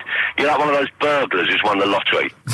I am. I'm dressed like an Albanian window cleaner at the moment. Burglar from Reading who won the lottery, and now he's fritting it away on what? I do feel sorry for my neighbours. I've moved into a really nice place. I feel like it's the hillbillies. No, it's nice he's moved in though, because it's nice. He's given them something to sort of talk about behind your back. You've united the whole block. Right, go and play with some Japanese wind-up toys now. I'm going home to play Mario Double Dash with my son. It's going to be a good afternoon. I phoned you once after I finished my show. It was about 5 minutes past 3. Yeah. And I don't mind if I said, "How you doing?" You went, "It's brilliant." You said, this is what you said. You went, "Everyone's out. Jane's taking the kids out. I've already masturbated twice, and I'm playing with a new Japanese toy." I'm masturbating now.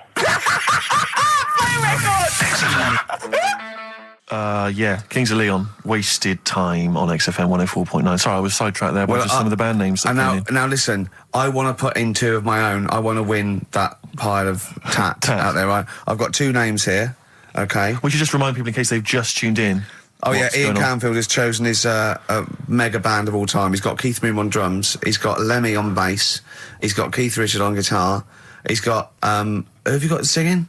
Robert Plant. Robert Plant. And their manager is Vance. But he needs to announce them at Wembley Arena. They're already sold out. They're at number 1 in the album charts. They're the greatest rock band of all time. And I've got 2 suggestions. Okay. What about this? Please welcome to the stage. Tungsten lung hemorrhage. Yeah, good. Yeah? Please welcome to the stage. God dildo. God dildo, interesting. Nice juxtaposition there of God, the almighty creator, and a dildo. Nice use of some contrasting imagery there. Yeah. Powerful and topical. Tungsten lung hemorrhage. Yeah. We've had a couple also on the email. People didn't really include their names, but who cares? Please welcome to the stage, Balls of Steel. Balls of Steel, yeah. And we've had like Brain Hammer. Yeah. Brain Hammer's good. I Lots like of Brain Hammer. brain-related stuff. Quite liking the idea of tumour fish. Tuna fish, I like. Tuna fish is very good. I like tuna fish. I just wonder if there's one more contender. I don't know who this was, Ian, that phoned in with it, but possibly it's topical. Yeah. Deathly Hem. Yeah. Deathly Hem. It's brilliant. Oh, it's Deathly Hem. Please welcome to the stage, Deathly It's Hem. Deathly Hem. Who's that? We've got to give it to I don't know who that was. Oh, but, well, if you came up with Deathly Hem, email again. Deathly Hem. It's the greatest name for the greatest rock band of all time. Will you please welcome to the stage, Deathly Hem? It's Golden Tonsils. Isn't it? I was going to go see him once at the Camden Underworld about a year ago, and they had this sign up, right, saying that Graham Bonnet, who sung that song, had cancelled, right, and it said, God willing, he'll be performing tomorrow. And just in case you thought he'd cancelled because maybe no one bought any tickets, the doctor's certificate was beneath the cancellation sign. Brilliant. Well, we've sung that a couple of times drunk, haven't we, Ian? At the top of our voice. We have done it. It is the best ever. Yeah, it is. Ben has won whatever you're giving away. Yeah, Ben came up with Deathly Hem. Yeah, Deathly Hem. Yeah. I mean, if you are in a rock band and you're looking for a name and you think you deserve that name, then, write to us. We want to know that you're really heavy, and Ian Canfield would officially hand over the deeds of the name Bethlehem. Deathly Hem? Deathly Hem, yeah. Deathly Hem. They only play at Christmas. You only play, like, big venues at Christmas, and it's all things about, like, fighting, like, good versus evil, and God versus the devil, You got to write songs like that. Yeah. Deathlyhem on XFM 104.9. Perhaps that the debut should certainly be a concept album based on the Nativity play. Yeah, Nativity. Yeah, that'd be just good. the whole kind of Old Testament in kind of rock form. Yeah, with it'd be extraordinary. It's the battle for humanity. Yeah, it's called Humanity Manatee, and it's a fight in the ocean of hell. Yes, sure. Yeah, sure. Yeah, I'd like to see a serpent. Maybe pictured somewhere. There'd be a serpent, isn't it? Track 4. Yeah. I think we should give massive props and suitable regards to Ian Canfield. He's come in, he's pressed the buttons. He's stood in for an idiot brilliantly. He has stood in for the retarded. It's a shame that you've not displayed some of the usual incompetence that we've come to love and expect from Karl. It's a shame. Okay, well, you are the greatest DJ in the world, though. The way you sort of like drop press these buttons, but you know. Every time I've pressed a button off air, Ricky's been going, "Oh, what great DJ!" It's great because he ends it. It's just brilliant. I mean, we're lucky if we can talk with the mic on. That's the title, not talk over a record. We did some great links during the ads. Yeah, and of course, Jonathan Ross masturbating live. On air. Just looking back at some of the highlights of this week's show. You don't get that on Capital Gold, do you? Like Tony Blackburn getting a call from Fluff Freeman going, "All right, mate, I'm knocking one out." Yeah. Well, have a lovely Christmas. Have a bloody great Christmas, mate. Have a bloody great Christmas. It's the best of next week. Yep. The best of the last few weeks with some tat, you know, Carl's put together. We're back in January. We're playing some of our favourite songs of the year. I'm looking forward to seeing Pilker's tan and pictures from his holiday. Covered in ash from the beach. Yeah. And we're back on the 3rd, I believe. But Ian, do you want to introduce one? This is Ian's choice for today. Yeah. We'll see you next week in spirit, and then we're back on the 3rd with Pilkers. Over to you, Kampf. Enough of Jonah Louis. This is Paul Di'Anno, ex of Iron Maiden, doing Santa Claus is Coming to Town. The French have tried to keep that secret for over 100 years, it was Steve. only the upper crust people. Nearly 200 years. That is a top secret. Somehow Euston Station upper crust got hold of a document left behind in an old sea chest, possibly Napoleon's, could have been Josephine's. Unfortunately, jotted it down. He's kicking himself now. Oh, Secretary, I cannot believe I left a note. If he talked like that. He did. He did that, yeah, he talked English, but in a very funny French accent. Do you remember, there was one thing that, talking about funny French accents. It's the Ricky Gervais Show with Steve Merchant. Thanks. You were going to tell us a little story about just a Volvo past estate. my test. Yeah. My parents had a big Volvo estate, and there's quite a big car to drive. My parents didn't have a car. But I know you don't drive cars, Rick, but it's got a big car to drive if you've just passed your test. It's safe though, isn't it? It is very safe, that was the thing. Yeah. And come from the West Country, obviously, there's quite a lot of windy lanes around there. You're joking, do you? They have cars there. Well, here he comes. Blimey, Karl. Learned on a tractor, automatic it was. Do you want me to tell it or not? Oh! Don't do about the accent! Oh no, I'm not worried. Oh, go on. Go on. So I went to this party. You never got him being from the north. Not when he's telling an anecdote. He's never telling an anecdote. Oh yeah, fair point. Yeah, go on. I remember once, right, an American came to our school. We were all about 13 and 14, and he was like, you had to be his friend. And there was like people vying for his attention because he was sort of like this cool American bloke, right? And he was like good at sports, straight. He's always, it's just great. And I remember someone saying like tube, a toothpaste, and he laughed, said tube. I go, well, what is it? They said tube. It's tube, right? And people go, no, it's tube, right? And they go, it's tube, right? And I went, I say tube. He went, and they sort of looked at me, and they just thought, you liar. That's what. No, I say. Oh, let me think. No, I say tube.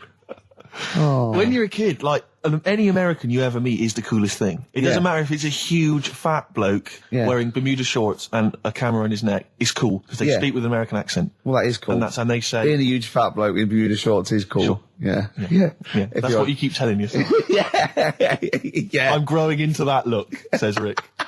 41. Again, most of my knowledge of the sort of Tsarist Russia comes from Rasputin by Boney M. Well, listen. He was the lover of the Russian queen. They put some poison into his wine. Yeah. They shot him till he was dead. Yeah. Which is, go on. Right, well, this. Oh, those Russians. Loch Ness, the monster. Yep. Sure. Probably doesn't exist. Okay. What it is. Interesting. Hold on, interesting. Oh, interesting. What they thought the knock list probably didn't exist. Curious viewpoint. Hold on. What proof have they got for that, Carl? How can they go around saying stupid things like that? It's methane. Right. Again, in Loch Ness. And people have seen, what's the lake it's in? Loch Ness. Yeah. It being the Loch Ness Monster. Yeah. That's where it lives. That's how it finds its way home. That's certainly the clue. Yeah, if it Get again, Carl, that's the clue. Yeah, if it go, and it's, if it's out wandering, it goes, excuse me, would you know where, I'm being the Loch Ness Monster, where would I be going? Oh, you'd be going to the Loch Ness if that's your home. It's way over there, you big monster, you. So the bubbles from the methane bubble up out of the water. Yeah. People think, oh God, it's a monster's head. But it's not, it's just water sort of shooting up because of the bubbles. Well, that's two of the great mysteries of the universe solved by Karl P on a Saturday afternoon. That is fantastic. Yeah. So, that makes me think a lot of things. So, you know, when mediums are sort of like going, oh, I've got something coming through. Do you think they are exhaling a lot of methane gas? And thus making them not think straight? Do you think everything's down to methane gas? Do you think that all the mysteries of the universe are down to methane gas, Carl? What did it say in the documentary you saw? About what? What was the budgie happy? We know that budgie was sad. Was it in a room? Because they used to take canaries down the mines, didn't they? They used to take canaries down the mines, they'd smell the methane, and then the budgie would be happy. I'm not going to teach you anymore. Play a record. Oh, should we introduce this, shouldn't I? Go on, then. Oh, it's Beatles, Long and Winding Road. Smooth. Are we getting paid for this? Our Freaks Electric, Richard X and the Sugar Babes on XFM 104.9. Well, nearly through. We've had a few laughs again, a few tears. Absolutely, as always. Excuse me, and don't be alarmed. I look quite frightening, but I'm merely a nice monster. I seem to have lost my way home. Could you direct me in the right direction? Nice to meet you. Yeah, Karl Pilkington. Hi. What's your name? Why do you need to know my name? Well, it might help me to find out where you come from. Oh, my name's the Loch Ness Monster. Okay, all right. Give me a second. What was your name again? Loch Ness Monster. See, this is what I mean. I just run this one past you just on the off chance. Yeah. Because maybe that you change your opinion slightly. Yeah. Feng Shui teaches you to use your environment wisely. Sure. If your land and the surrounding area is undulating, it's said to house auspicious dragons. When land is flat and featureless, the dragon is missing and the land is said to be less auspicious. Excuse me, they call me the Brixton Dragon. Sure. I seem to have lost my way. I know it's South London somewhere, but could you help me find my home? What's your name? Well, they call me the Brixton Dragon. Right, where are you from? I see what you mean. I see what you mean, aye. Oh, okay, man. So does that make you query it at all, the dragon? I'm not into it that much. Right, I'm sure. just saying that if you have your head at one end of the bed rather than the other, it might make a difference to your night's sleep. Listen, we were talking earlier about the fact that Bruce Lee, and it's a well-known fact, he faked his own death so he could continue his undercover police work, as opposed to being... Because no one would, he doesn't look different to anyone else. I was talking to someone as well recently who, utterly convinced, and you get this quite a lot, don't you, especially Americans, that Elvis Presley's still alive. Yeah. And I think, wasn't there some statistic, like more people believed Elvis was alive than believed evolution? Was that right? Yes. Something like that? No. No, it's something worse than that. It could be something... It was something like that. It's something like, I don't know, it's something like 42% of Americans believe that Elvis Presley has faked his own death and is still alive, right? Yeah. And there's this whole book that's been written about it, because, Carl, you might be interested in this. I know you're always fascinated by things that have been written down and therefore a gospel. Yeah. And that you don't have to revise yourself. You just learn off Ian Wright. Yeah. But apparently, the reason that Elvis is still alive, is that there's a number of sort of pieces of evidence. One is that none of his family could agree which colour pyjamas he was wearing when he died. That's evidence, apparently. Apparently, you know, he was an honorary member of the FBI. Well, apparently his signature appears on FBI documents well into the 80s, long after he should have died. Apparently no one can agree. There was sums of money that only... Yeah, a lot of fat people in dungarees have seen him. Yeah. There's sums of money which apparently only he could have given authority to have transferred to other bank accounts. They've moved. Yeah. So this is all evidence that Elvis is still alive. And a lot of people, I was talking to this guy and he was saying, yeah, well, of course, the thing is, the pressures of fame were too much for him. That he faked his own death so that he no longer had to be this huge icon. You know, he could live an ordinary life. And my query has always been this. If Elvis faked his own death, do you think the method he'd have chosen is to have shat himself to death whilst on the toilet? Yeah. Yeah, but because he picked that, nobody will doubt it. Right. So Elvis went to the FBI. Yeah. What do you make of it? Well, exactly. So what we're saying, Carl, is that there was lots of methods open to him. You know what I mean? It's all like, he didn't go to his secret police and go, "Oh, I'm fed up. I want to fake my own death." You know what I mean? And they go, "Yeah, that." Yeah. And what methods have you got? I like to be found, shit myself down the toilet. You like to do what? I want to be a big fat mother on the toilet, just shitting myself to death. Right, on my ankles. Yeah, Elvis is a good idea. I'm just wondering if there's maybe something a little bit more glamorous for your favourite death. I mean, you could take a bullet for the president. Huh. What? Shit all over him? Just shit? No, we know crap at all. No, you just take a bullet for him, or you could. There has to be shit involved. Why has it got to be? There has to be shit involved. Why has it got to be crap? I want this way. Oh, make it happen. Yeah, it's probably Carl, head in hand. Look.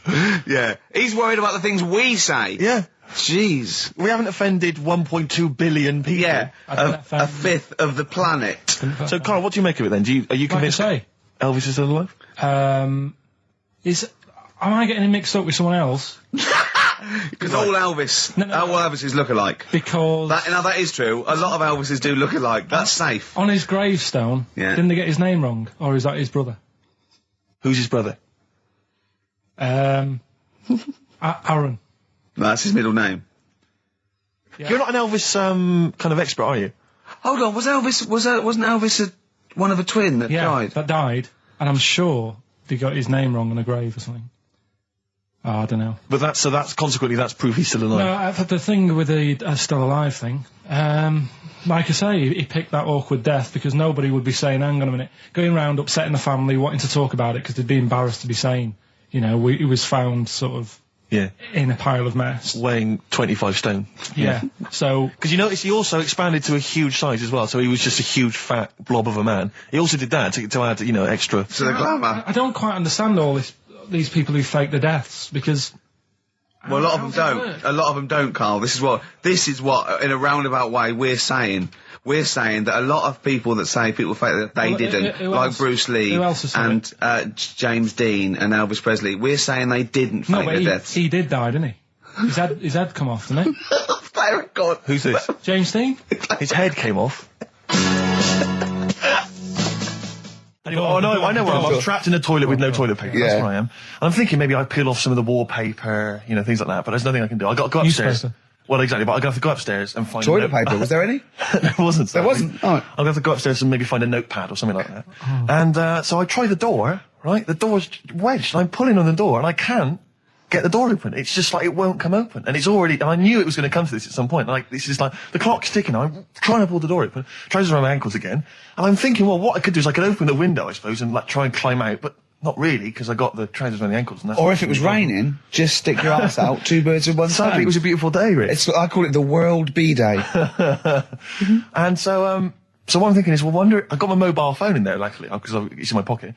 I'm thinking, well, maybe I can phone, I was seriously... Kleenex. Maybe I'll phone the fire brigade. By this point, I mean, it just dried. No, it hadn't. It was... Hold on. Was that little puppy not around? Because sometimes you can call that, it's got a little bit wrapped round it. Listen... Or just use the puppy itself. There's 50 million people around the world going to need to hear my voice in 30 minutes. Exactly. And where's Steve? He's not locked in a toilet again, is he? Exactly. Oh, no. I watched Call My Bluff in the week. Is this with Toxic and Colin? It was quite good. I quite enjoyed it. I imagine you could get on there if you want. I used to watch it with what's his name? Famer. Famer. Yeah. Oh, that was great. You're brilliant impressions, because obviously while Bowie was playing, you were doing your infamous Bowie impression, which is the best one you do, actually. Well, that's just because Carl said, you know what? He said, I'd love to go out for a drink with David Bowie. Of all the people that come in here for sessions, I think he's really good at him. And I said, I think he'd like you as well. That's all. And I just went, hello, Carl. You're strange. You're alien. It interests me. Myself and Ian, I'd like to put you on them. Yeah, I just imagine you and Bowie in a pub somewhere. Isn't that pretty much the same impression you do when you do Ian Canfield? No. Ian Canfield's more like that. But not on air. On air, he's sort of like this sort of eloquent 40-year-old capital DJ. Yeah.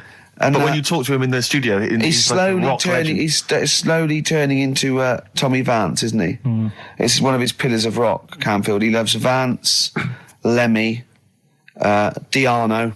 If we run out of material later in the show, which is likely. Yeah. Considering we're now talking about Ian we ran out of it at 1:05. Exactly. But could I maybe just sort of interview you as David Bowie? Yeah, in a sort of humorous sketch. Yeah, that would be fantastic. Maybe it could be the idea that what if like David Bowie was, a cab driver?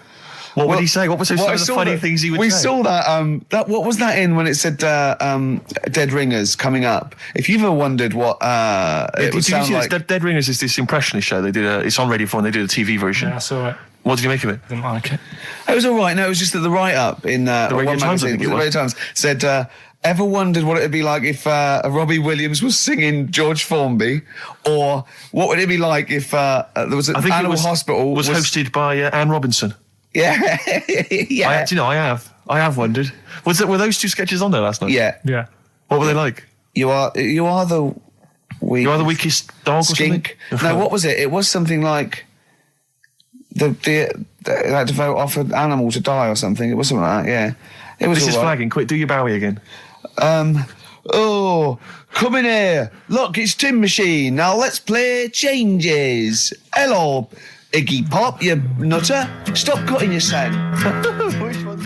For some reason, they want one of us to do an impression of Leslie Phillips. Can't do it. I can't. Doesn't he say ding dong? And hello and all that. That's not bad. But I want Carl to do it though. Yeah, go on, Carl. Go on. Hello. Well done. Say ding dong. Ding dong. Nice. Yeah.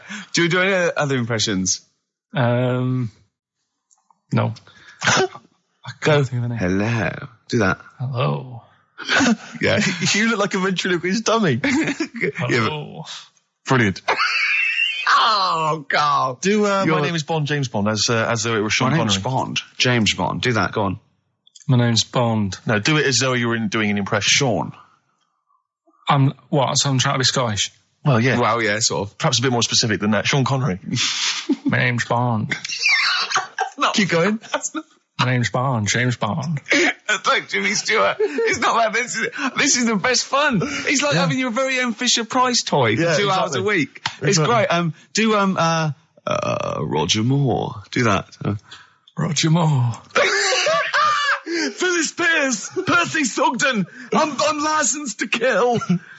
Anyway, she just said. No, this is a great game. No, we'll come back to this another time. Yeah, anything you want Carl to do. There was a kid I remember at our school, Mark Johnson, when we were like 10 or something, and we were talking about Guinness Book of Records, and Mark Johnson went, "Yeah, I'm in the Guinness Book of Records." I thought, I'm intrigued. You're a 10-year-old. I said, go on. He went, no, I don't. Does this qualify? He claimed that he was in America once, and he went to see a baseball game, and supposedly that game was the world record for the number of people in an audience for a baseball game. It was like some massive stadium, and this was the most people ever. I'll tell you what it doesn't count. And he claims he was there. I don't reckon it was listed. Well, I don't reckon Mark Johnson got his name on that list. Exactly. Ross McWhirter would be going, well, that's the whole book. But I think I remember him looking it up and going, there it is, I was there. Yeah. Does that count? I mean, no, I don't. So this shadow is moving about and independently of an object. Yeah, and the local mayor and that is like, yeah, it's a bit weird, but it's not harming anyone. The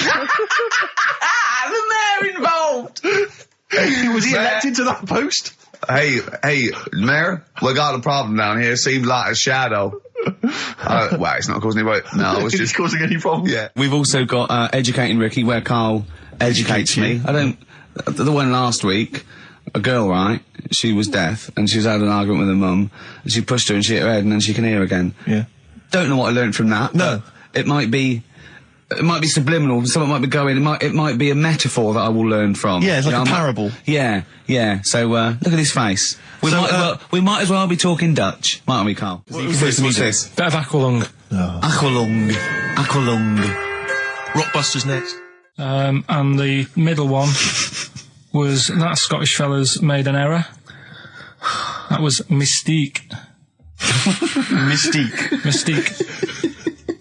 So, did anyone get that? Extraordinarily, almost all the people who emailed in. I'm beginning to think it's us then, because I was thinking mistake, I was thinking muck error and muck mistake, but mistake. Yeah. So, do you want to pick a winner? Yeah, I was going to give the prizes to Amy Massey, who's from Wiltshire, the West Country. Losers down there, probably as weird as you.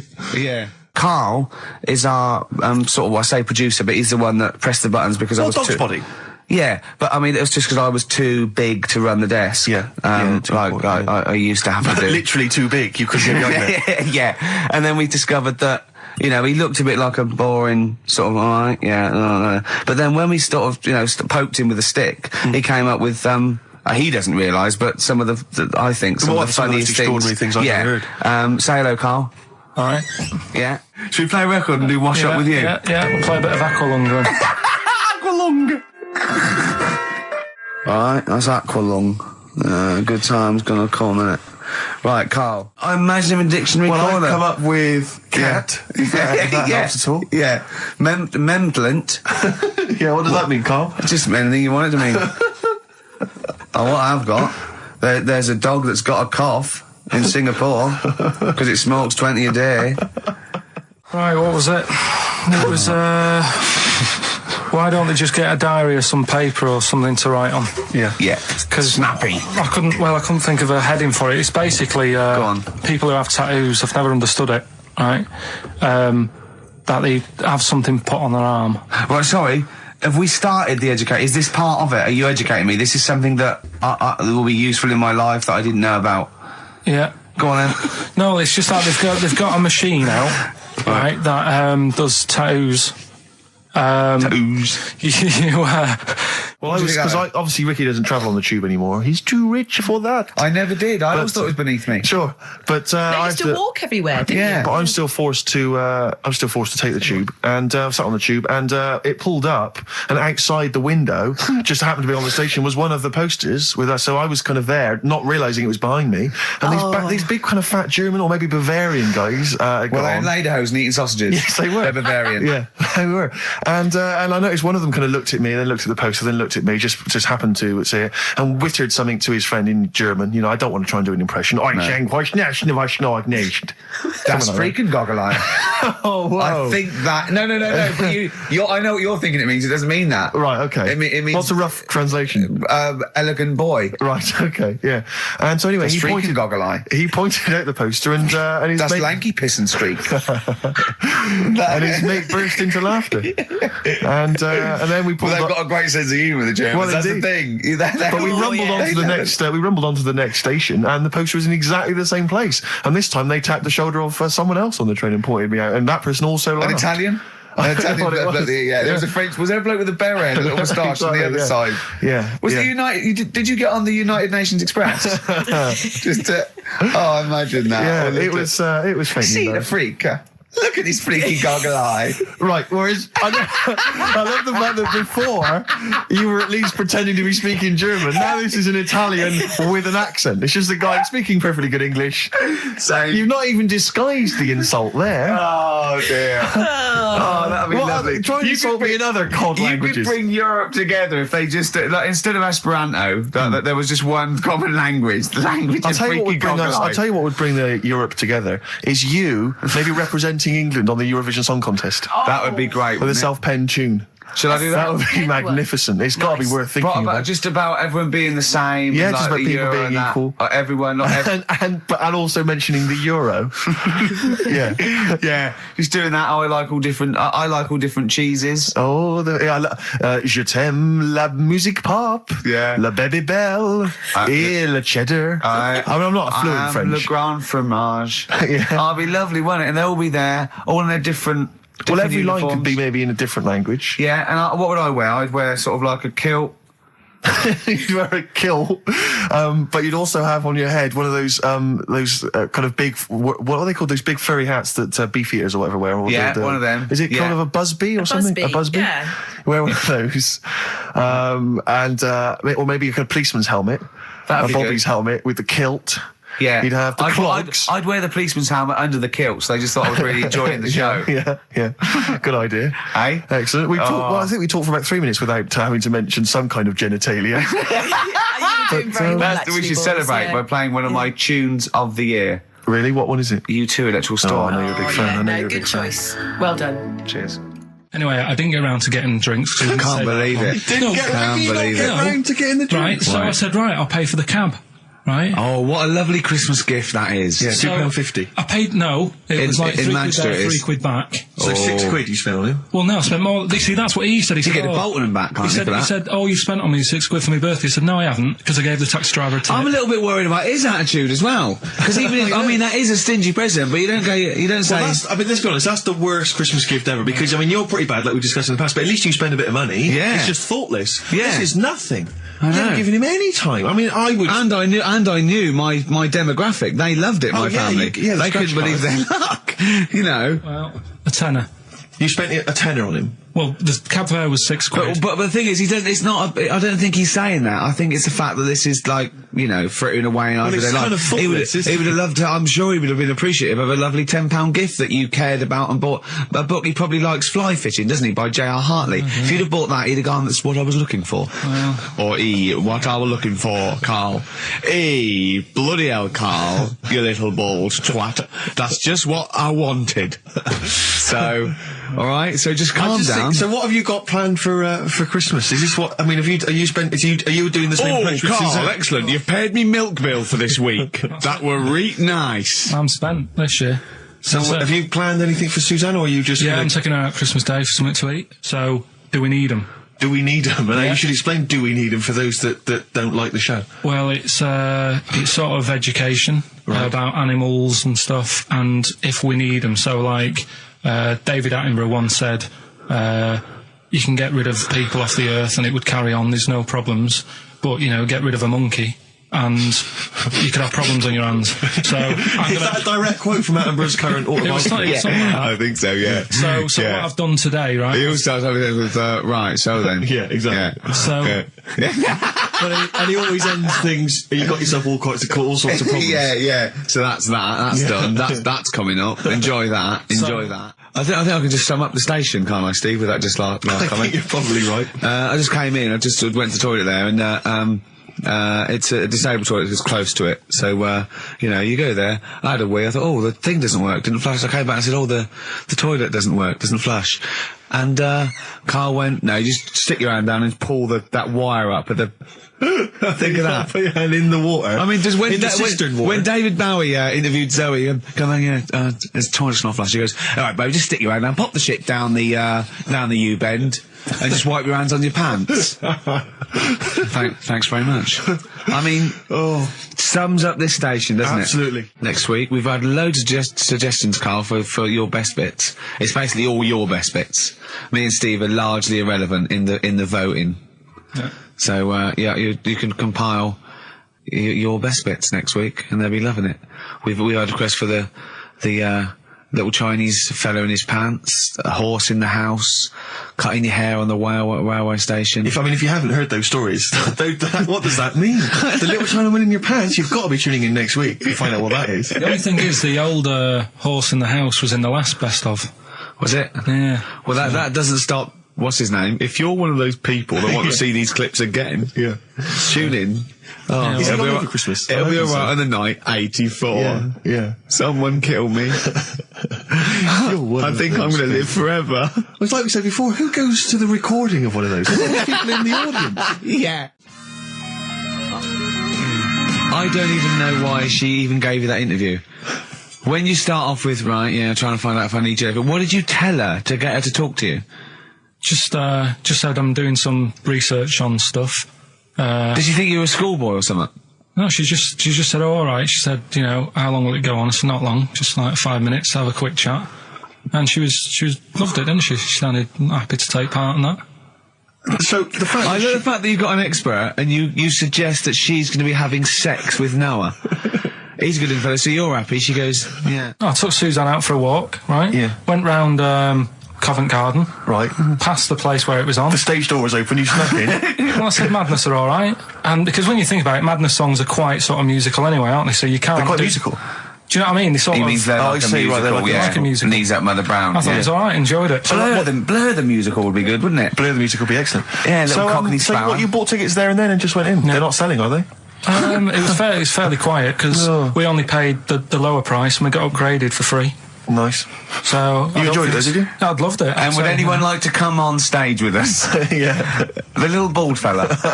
Yeah, go on, I'll give it a go. And what home are you from? Where are you? What are you doing tomorrow? Well, I'm going. No, you're coming here tomorrow. Come here tomorrow. Is he not doing well? That's a disappointment. I don't know. I mean, it was New Year's Day, so maybe that's why it was quiet. Karl, what have you got lined up for us as the producer? Right, well, Rockbusters. Been off this week again. Has he? Yeah. Another week off? Another week off, yeah. Yeah, no, I didn't have a full week off. I had 3 days off because I was working all over Christmas. Yeah. And still didn't stop working, preparing stuff. You've got a nice load of prizes there that I've sorted out. I had to come in especially to sort that out. Yeah. Rockbusters. Did you rifle through the drawers at Capital Gold instead of Danger? Yeah. Rockbusters, we're still doing that. Yeah, you're bigging it up. Yeah. He's bigging it up. Yeah, still doing that. We've got that. We talked a lot about hairy kids. We have discussed that a lot. I love the fact that Simon Sharma has never started a programme like that. The Jacobites. We've talked a lot about hairy kids. Go on. It's a little bit, I mean, it's not your traditional science stuff, but it's still interesting and it's a little bit, it's still... Yeah, we talked about hairy kids. We have disproportionately, honestly. I think this show's talked about hairy kids more than any other radio show. He said talking about Time Out. I said something about in Time Out, and he went, yeah, do you read that? I went, yeah, I read it, I get it every week, yeah. He went, there's no point though, is there? He said, because it's like a telephone directory. If you want to look something up, you look it up, but you'd never sort of browse the telephone directory. And I went, that's an interesting point. He went, although I did. When I was in Scotland, I just looked up how many Macs there were, and there was 42 pages of them. How bored are you in your hotel room in Scotland to suddenly start working out how many people start with Mac? What would you do if you got loads of phone calls, right, from women going, Karl, whenever you're on the radio, I just have to do it. I just have to do it. Your voice makes me... I say, right, well, it's all right. I'd be happy with that. Would you? Yeah. I mean, just in case anyone is doing that. What would you do to sort of like egg them on a little bit to help them out? What do you think? What sexy things would you say? What do you think is your quality? What do you think people would find, pretty horny about you? Is it your sort of mank wine, do you think? Like, just say this. London shit, innit? I think say that, but, London, it's not that good, is it? I think you've done it there. So that's say something quite sort of sexy though. Say something like, well, I love to love you. Say something sexy. Say that. No, say something sexy. Sue's answers to me, do you love me? I go, yeah, you're all right. Where I went wrong with this one, the Jamaican fella, he had to have some aspirin. Why? It's my fault. I'm not cutting. There's no point passing the book or anything. I said FD. A lot of people were saying Fred Durst, like forehead hurts, which is a good one. Yeah, which would have been as good as any of yours. But I made an error, so we'll roll it over. No. What is the answer? What is the answer? Over. Jamaican fella, what? Add some aspirin. Why do that? What's the thing? FP. FP. It was Frida Payne. Frida Payne. Frida Payne. Frida Payne. Frida Payne. That's awful. You've got to write these down next week. I'm sorry, you're the producer. I know, but I've had a busy week, haven't I? That's not an excuse. Have you not had the point of a rollover is you've got to add to it. That's the excitement. Yeah, there's a couple of albums that were... Okay, well, there's also the Fools and Horses video with the free... I don't think... I'm bloody jealous of that. I like that little yellow thing. It's a little... there's a little kind of model three-wheeled van. Rodney, you plonker. Oh, dear. What's that? This is what looks to be some kind of best-of the stereo MCs. Don't call me a plonker, you wanker. The David Attenborough DVD collection. Oh, Unc shit himself again. Oh, yeah, the big prize that we tried to give away.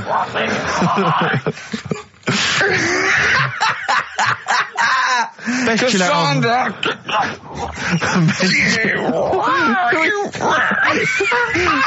Who is that supposed to be an impression of? Which member of the cast is that? Is that Cheeky Dell? I don't know. Best chill out album ever, the best air Brilliant. guitar volume 2, and of Brilliant. course for all our fans, Doctor Who, The Aztecs. That's on DVD, and that's one of the William Hartnell Doctor Who. All right, that's the worst impression I've ever heard. That's brilliant. Right, Blockbusters then. Right, three cryptic stuff. Oh, come on. Right. Rodney, Three. I can't do it. No, come on! So, So yeah. I'll give you a little taster. But we were having a pizza in a pizza establishment. When was it? Wednesday or Thursday? Yeah. And he was going, I'm a good organiser, I'm a good problem solver. Give me any scenario, right? Obviously he didn't say scenario. And I went, okay then, so you're the manager of this place, and there's a couple there, elderly couple, they're about 60. They've had a lovely meal. He went, yeah, right. I went, but the gentleman, he's got a little bit of a heart condition. He takes a pill after his meal, as he should, after meals. He's only taken Viagra. Oh. And now he's stuck in. Wedged in. It's all been there. It's gone, and it's stopping him getting out from the table. Yeah. So what would you do? He went, what? He's stuck in because of his dick. I went, yeah. He went, right. He said, I'd use the situation, I'd make cash. I said, you're not going anywhere, do you want a pudding? Entrepreneurial. I like it, Carl. And he went, so that's that sorted, I've got the job on that. Next, I went, okay. You won't believe it. Next day, there's a little problem in the toilets. Two gay men were having sex and they got stuck in each other. Yeah. He went, right. I'd say, is it the same fella as yesterday with the Viagra? If so, why was he let in again? He was on the door. Yeah. I went, it's not. It's too different. He goes, right. Does his wife know he's cheating on him? Yeah. He went, right, I'd go down. I'd go, and then he went, I'd say this isn't a restaurant problem, call an ambulance. Strictly speaking, not a restaurant problem, no. But am I right? Huh? Am I right? Well, I don't know. Would you give me the job if say, like, you were the boss of that restaurant and you... Do you know what I like about this? At no point did he say, Gervais, why are you being so mental? Yeah. Why would someone get stuck because they took Viagra by mistake, and two people get stuck in each other? But you've heard the stories from his past. That is a perfectly legitimate situation to find yourself in. You grew up in his part of What would you Manchester. do if there was two fellas with big heads and webbed feet, and they had a horse in a... Well, what I'd do is... What would you do? What did you do when you first saw them? The dancing. Brilliant. Right? That's that solved. Brilliant. I wanted to be a dancer. After I did the boxing, right, I joined a dancing thing just near Man United's ground, right, called Twiggies. Went along, I wanted to learn some moves. How old were you? Well, it was when Michael Jackson was, like, pretty big, so about 85, 83, 84, 85, something like that, around there. Wanted to do it. When I went, it was shut, and I'd become like a warehouse for toilet rolls. So in a way, I wonder what would have happened. Sorry, how is that an anecdote about you going through dancing? You've told me before, you did boxing for a while, you did dancing for a while. You had a true fight in the boxing, you didn't even get in the... That's not an... Imagine if that was a film! This is a boy's dreams of becoming a dancer. Oh, it's shut. Next on. I mean, how is that a story? Yeah, that was Billy Elliot. Do you think it would have won quite as many awards? Yeah, brilliant. Footloose. All right? Yeah. I'm fed up, they banned it. Let's go, eyes shut.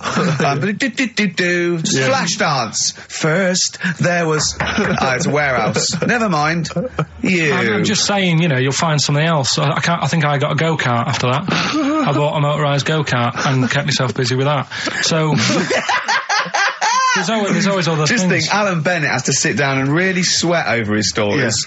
Yeah. He just opens his mouth. You are a living Alan Bennett character. So that's that's solved. Well, Jay, don't worry about that. There's no emotional problems I can foresee if you follow that advice. So the advice there is do an arranged marriage. If she's not ugly. minging, she's not completely minging. Yeah. And don't worry about dancing. Get a go-kart. Cheers. Great. Keep your problems coming in. Badly drawn boy. Born Again on XFM 104.9. There we are then. Ricky Gervais with me, Steve Merchant and Karl Pilkington. Raring to go. He's a bit grumpy, Karl. Woken up at 8 Because he's from the north. Yeah, because he's in London. Yeah. And London's rubbish, right, isn't it? Well, you can't even get a Band-Aid in London, can you? Or grouting. In Manchester, I could walk to the next shop and definitely get some Flash, or maybe some Vim. You can't get it down here. You got to go to a trendy bistro, haven't you? Carl, why are you grumpy? I told you before, I'm just a little bit tired today. Because he had to get up. The builders next door woke him up. No. He's always going about his hours. Those builders probably got up at 6. Yeah, but to I get can there at understand builders who get up early because they're building outside and they've got to get the job done before it gets dark. But he's working in someone's lounge. If it gets dark, put the light on. It's not a problem. So why is he starting work at like 7 o'clock in the morning? Well, because the builders get paid by the day. And if you get a builder there and go, I'll just do 11 till 3, he's not going to go, I'll tell you what, love, just give me 40 quid. I didn't do a whole day. It's a day's work, isn't it? So you want to get the most out of them, don't you? Plus, he probably wants to finish early so he can have a good night out. Yeah, it's a Saturday night. You know what I mean? He wants to... Yeah, he wants to get at least 15 pints in. And he was cheery. I bet he was whistling and, dancing around and tapping, So I don't know how you can be annoyed at that. And so the Iceman, why does that amaze you? What's like, ooh... Well, they found some part of our preserved past. It's interesting. Again, I'm amazed by anthropology and evolution. Yeah, it's just that line on its own like that. They found an Iceman is great, but then it went on, and it's going on about they've had to get different people involved to find out how old it was. Because first of all, the story started off right. An old fellow on holiday somewhere. Where did they find it? In Sweden or something? And he was walking in the hills. And he was walking? In the hills. In heels? Was he a transvestite? In the mountains. Oh, right. In the hills. Yeah. Yeah. So he's walking about and he sees this body in the snow and he thinks, oh. So he calls the police up and they come and have a look and he goes, oh yeah, it's probably a murder. So then they dig it up and find out he's got hold of a spear in his hand. Right, and he's dressed like Fred Flintstone. Yeah. Right. And they realise it's probably not a recent murder. Right. His knuckles are dragging on the floor. He's a Neanderthal man. They think, hang on, Karl Pilkington. But when they found out, hang on, it's an old thing. It's an old thing! Can it? If it was a murder recent, then you'd go, hang on, how did this happen? Who does he belong to? Yeah. But the chances are whoever murdered him is also dead. 5,000 years ago, probably, yeah. So leave it. Just bury it. I don't think it's a murder investigation. No, but they are. It's not Quincy going, this was before my time. It's not a murder investigation. Just one thing bothers me, sir. Just one final thing. My wife loves you, but this guy. That's how they were Why treating would him. he have a spear and a leopard skin? I just can't. I can't get over this. What are you talking about? Ash, and sometimes on XFM 104.9, I'm Ricky Gervais with me, Steve Merchant and Karl Pilkington. Right. We've got so much to get through. All right. London's shit, innit?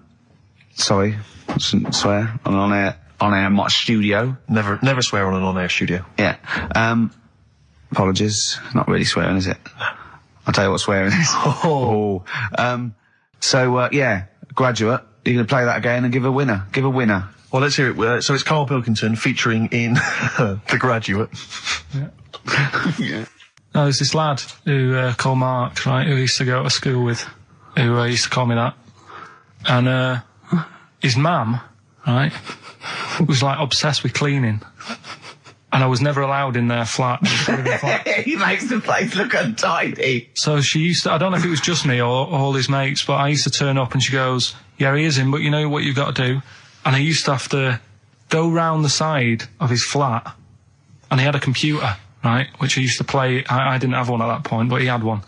And I used to have to go round the side of the flat and stand at his bedroom window with his window open, and I'd be sort of leaning in playing the game. You are joking. I'm not. His mum. You had the weirdest upbringing I've ever heard. The things you were willing to do. It's the strangest. What is this town like? No, I stopped going. Was there always music? Right? There's the horse in the house there. Oh, look at these two kids with big heads and webbed feet. All right, Ronnie. All right, Reggie. What was it like? She was obsessed. It's like you've grown up in a cartoon made for children. Yeah. No, his mum was really obsessed with cleaning. Can I play through his window? I used to. Mrs. Ramsbottom, can I play through Mark's window? Aye, you know what you have to do. She used to be up till about 3 in the morning. Pilkington again? Have you washed your hands? What, up till 3 in the morning? Washing? She used to be up doing the tiles in the kitchen. Washing until 3 in the morning? It's at 3 in the morning. And for ages and ages, that saying that out on the tiles, I used to think that came from, like, his mum. because she was out, like, cleaning them late. So, till I was about 13, I thought that saying, out late, on the tiles... Yeah. Was... And now you're not confused by anything. XFM 104.9, what do you want to know? Funny thing happened to me on the way here. Okay. Actually, it was about Wednesday or Thursday. I was walking along Charing Cross Road. I was on my way here, actually, to meet Karl for a drink. And this little fella came up to me. I think it was an overseas student. He's sort of like a student type, but he had an accent. And he came up to me and went, "Excuse me, are you one from the office?" And I went, yeah. He went, "Would you sign a script book of the office for me?" I went, "Yeah, by all means, yeah." He went, "Can you come to the bookshop?" And I went, what, you haven't got it on you? He went, "No, but if you come, I will buy one for you to sign." And I went, "I can't really." He went, "Were you going to pass one?" I went, "I'm not, no, I can't." He went, and he went, "Oh, I was just in Waterstones earlier. I didn't go." I went, "Oh, sorry." He went, "You could just..." I went, "I can't." He went, "Okay." I went, "I'll sign something else. Have you got something else I can sign?" He went, "Of course." And I signed a pamphlet or a brochure or something for him. But I love the idea. Imagine me going with him. I'm queuing up, and I'm in the queue. He's going, "You're going, yeah, fine. Can you just hurry up?" And he gets there, and his switch doesn't work, and he goes, "Can you lend me £10?" Yeah. I mean, imagine that. I'm a little bit annoyed you didn't go with him, frankly, because that would have been a sale of our book, and I get a little cut from that. Well, behind him was Salman Rushdie going, can we hurry up? Because I shouldn't be out. Yeah. I'm getting a lot of funny looks. Now, a lot of them obviously doing good work. There was one fella, I think you'd have appreciated it, because I know you are very politically active. Oh. And I think this guy has really studied hard, and he's realised the best way to make his voice heard on the international political stage is to ride around on a tricycle wearing a jester's hat. He was really shaking up the bloody government. I wouldn't want to be George W. Bush about now. Not indeed. Once he sees that. Once he sees that guy. Imagine his aides rushing in and going, "George W., look at this guy. Where's that? That's in London, England. Okay, call off the forces." Is that a large tricycle? Yeah. Is he wearing a nappy?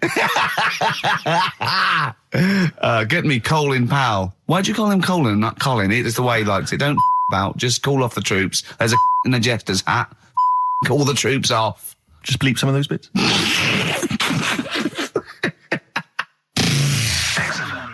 I remember when I was growing up in Manchester. No, you can't. And it's funny to me. I tell you, XFM 2.9. I said no.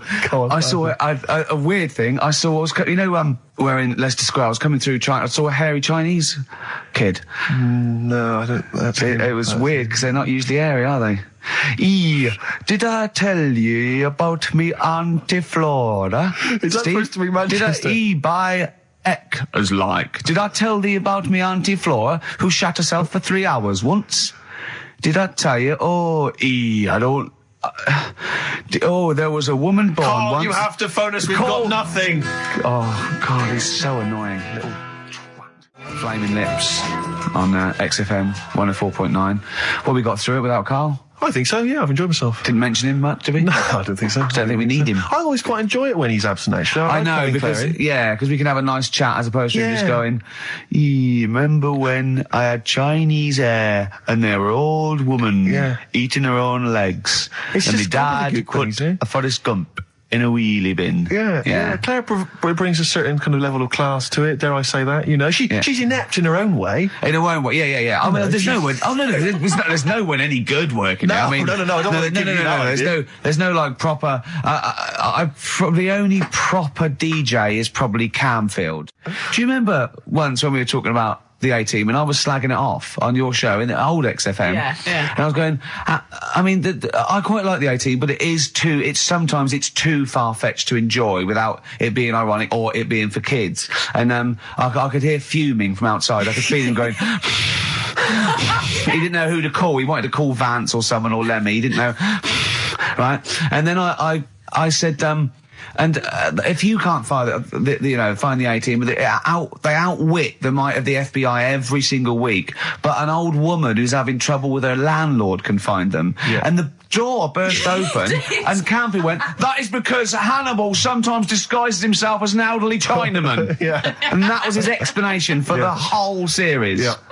Oh, that was for Camfield. That's lovely. That's for his 12th birthday, which is coming up very 13. soon. Oh, he's 13. Yeah. Teenager, yeah. Oh, he's gonna rock, Steve. Indeed. Kid. Oh, you'll have the Scottish widow coming round. Oh dear. That's what's her name, by the way. I heard you talking about that. That's Amanda Lamb. Amanda Lamb, who's in the Place in the Sun programme. Is she actually a widow? Is she a Scottish widow?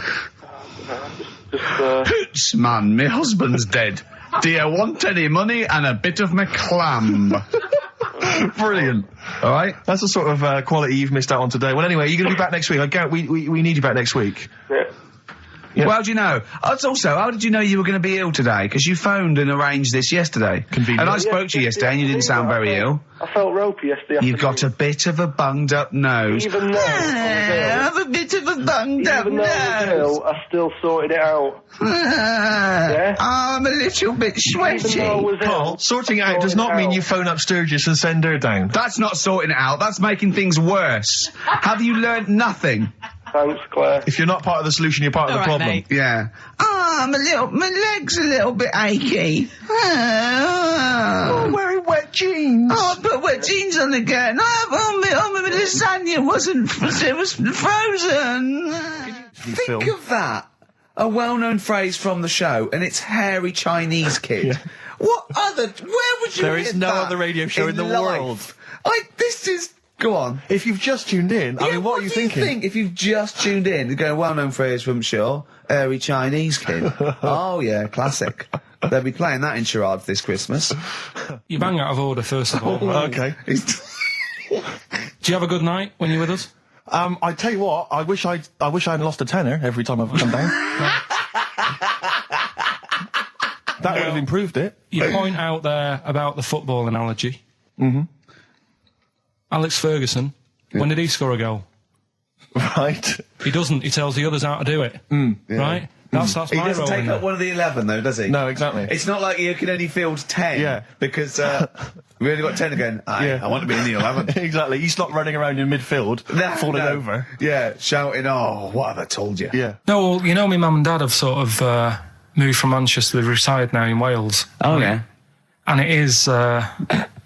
Look at his face, turning his nose up. No, but it is pretty depressing. Do you know what I mean? It's just one of them places that... it's like you go back in time and that when you go there. I mean, maybe the major cities there, maybe Cardiff is all right. What, even coming from Manchester, it's like going back in time? It's like one of them places, it feels like every day is Sunday.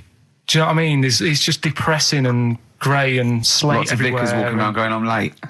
Well, yeah, it is the sort of attitude they have, right? This is true because my mum and dad live there and that, right? And they love it. It's all right. It's an healthy place to go when you get older and that. But this is why they don't move on in Wales. Well, I'd just like to make another... No. Sorry to any Welsh people listening. We're not saying you don't move on. Carl is. No, but... Sorry about the little Chinese shoes again. The thing as well. is, it's good that in a way that they do that and they don't want to be like, you know, rushing about everywhere because the way London isn't that great either, is it? Because it's totally opposite here, right? Yeah. So I'm not having a go. It is a bit dull. I think even people who live there will agree with me, right? But, like, one of the shops that my mum and dad use, right, it's only a little sort of villagey type shop, can't be bothered staying open for hours and hours, right? Because there's not enough people who use the shop. Yeah. So what you do is, they get used to what you buy. And they leave it out. They put it in a phone box outside. They put it in a phone box? Yeah. So it doesn't get wet. So my dad's loving that. Well, Once he found that out, it was like, brilliant. But how is that a bad thing? That's brilliant. Well, it's not for other people. It is for my dad, because he's picking up all sorts of stuff. Oh, no, he's not. Oh, yeah. He's not nicking other people's shopping. Well, it's not like nicking, is it? Because it's not theirs yet. Oh, and you've stitched him up on radio. Well, of course, because they're going to think, who is there in town with a Manc accent who keeps making phone calls and is getting fatter? Yeah. That's You've stitched him I right love up that. there, I Carl. love that your dad was excited when he found out I can't believe that he's moved there. He's retired to this little village where it's based on trust and community, and he is abusing it. He's using his scally mank ways. Bloody hell, Lakers. There's no bread again. There's old women going hungry. Yeah. Their cats aren't getting fed. And your father is just... I can't... That's obscene. That's obscene. Oh, I think it's Die Thief. That fella from Manchester. Come on, Monkey News. We'll play a song and we'll... No, do let's Monkey play a News. song, let's play a song. Oh, it's a great track. Cheer up, Carl. Is it new? Is this Waiting new? for an Alibi with Thin Lizzy. What year Doesn't was have to it be new. It's brilliant. What year was it out? Oh, Einstein wasn't new when he came up with the greatest theory ever. Oh, hold on. Hey, hold on. You're not new. You're not new. So anyway, I found these things. Do you want to hear them? Yeah. So what's it? Explain this again. Right, so I got back off holiday. The first job I found out I've got to do is work with Ricky for a voiceover. I do a regular thing. I do X-Ray magazine, but I'm allowed to make the script up. And they said I could, so I did. Right, so imagine this. Well, I know you, Rick, and I know you like to put a lot of work into these things. Yeah. You want to do a good job. So he rolls up, he says, let's do it then. He said, what's in the magazine? I said, well, here's a selection of stuff. This is what you've got to sell. He said, leave it with me. He goes into the little booth, and the first one he comes up with is this little advert for it, right? X-Ray magazine. It's out now. It's £3.50 May edition.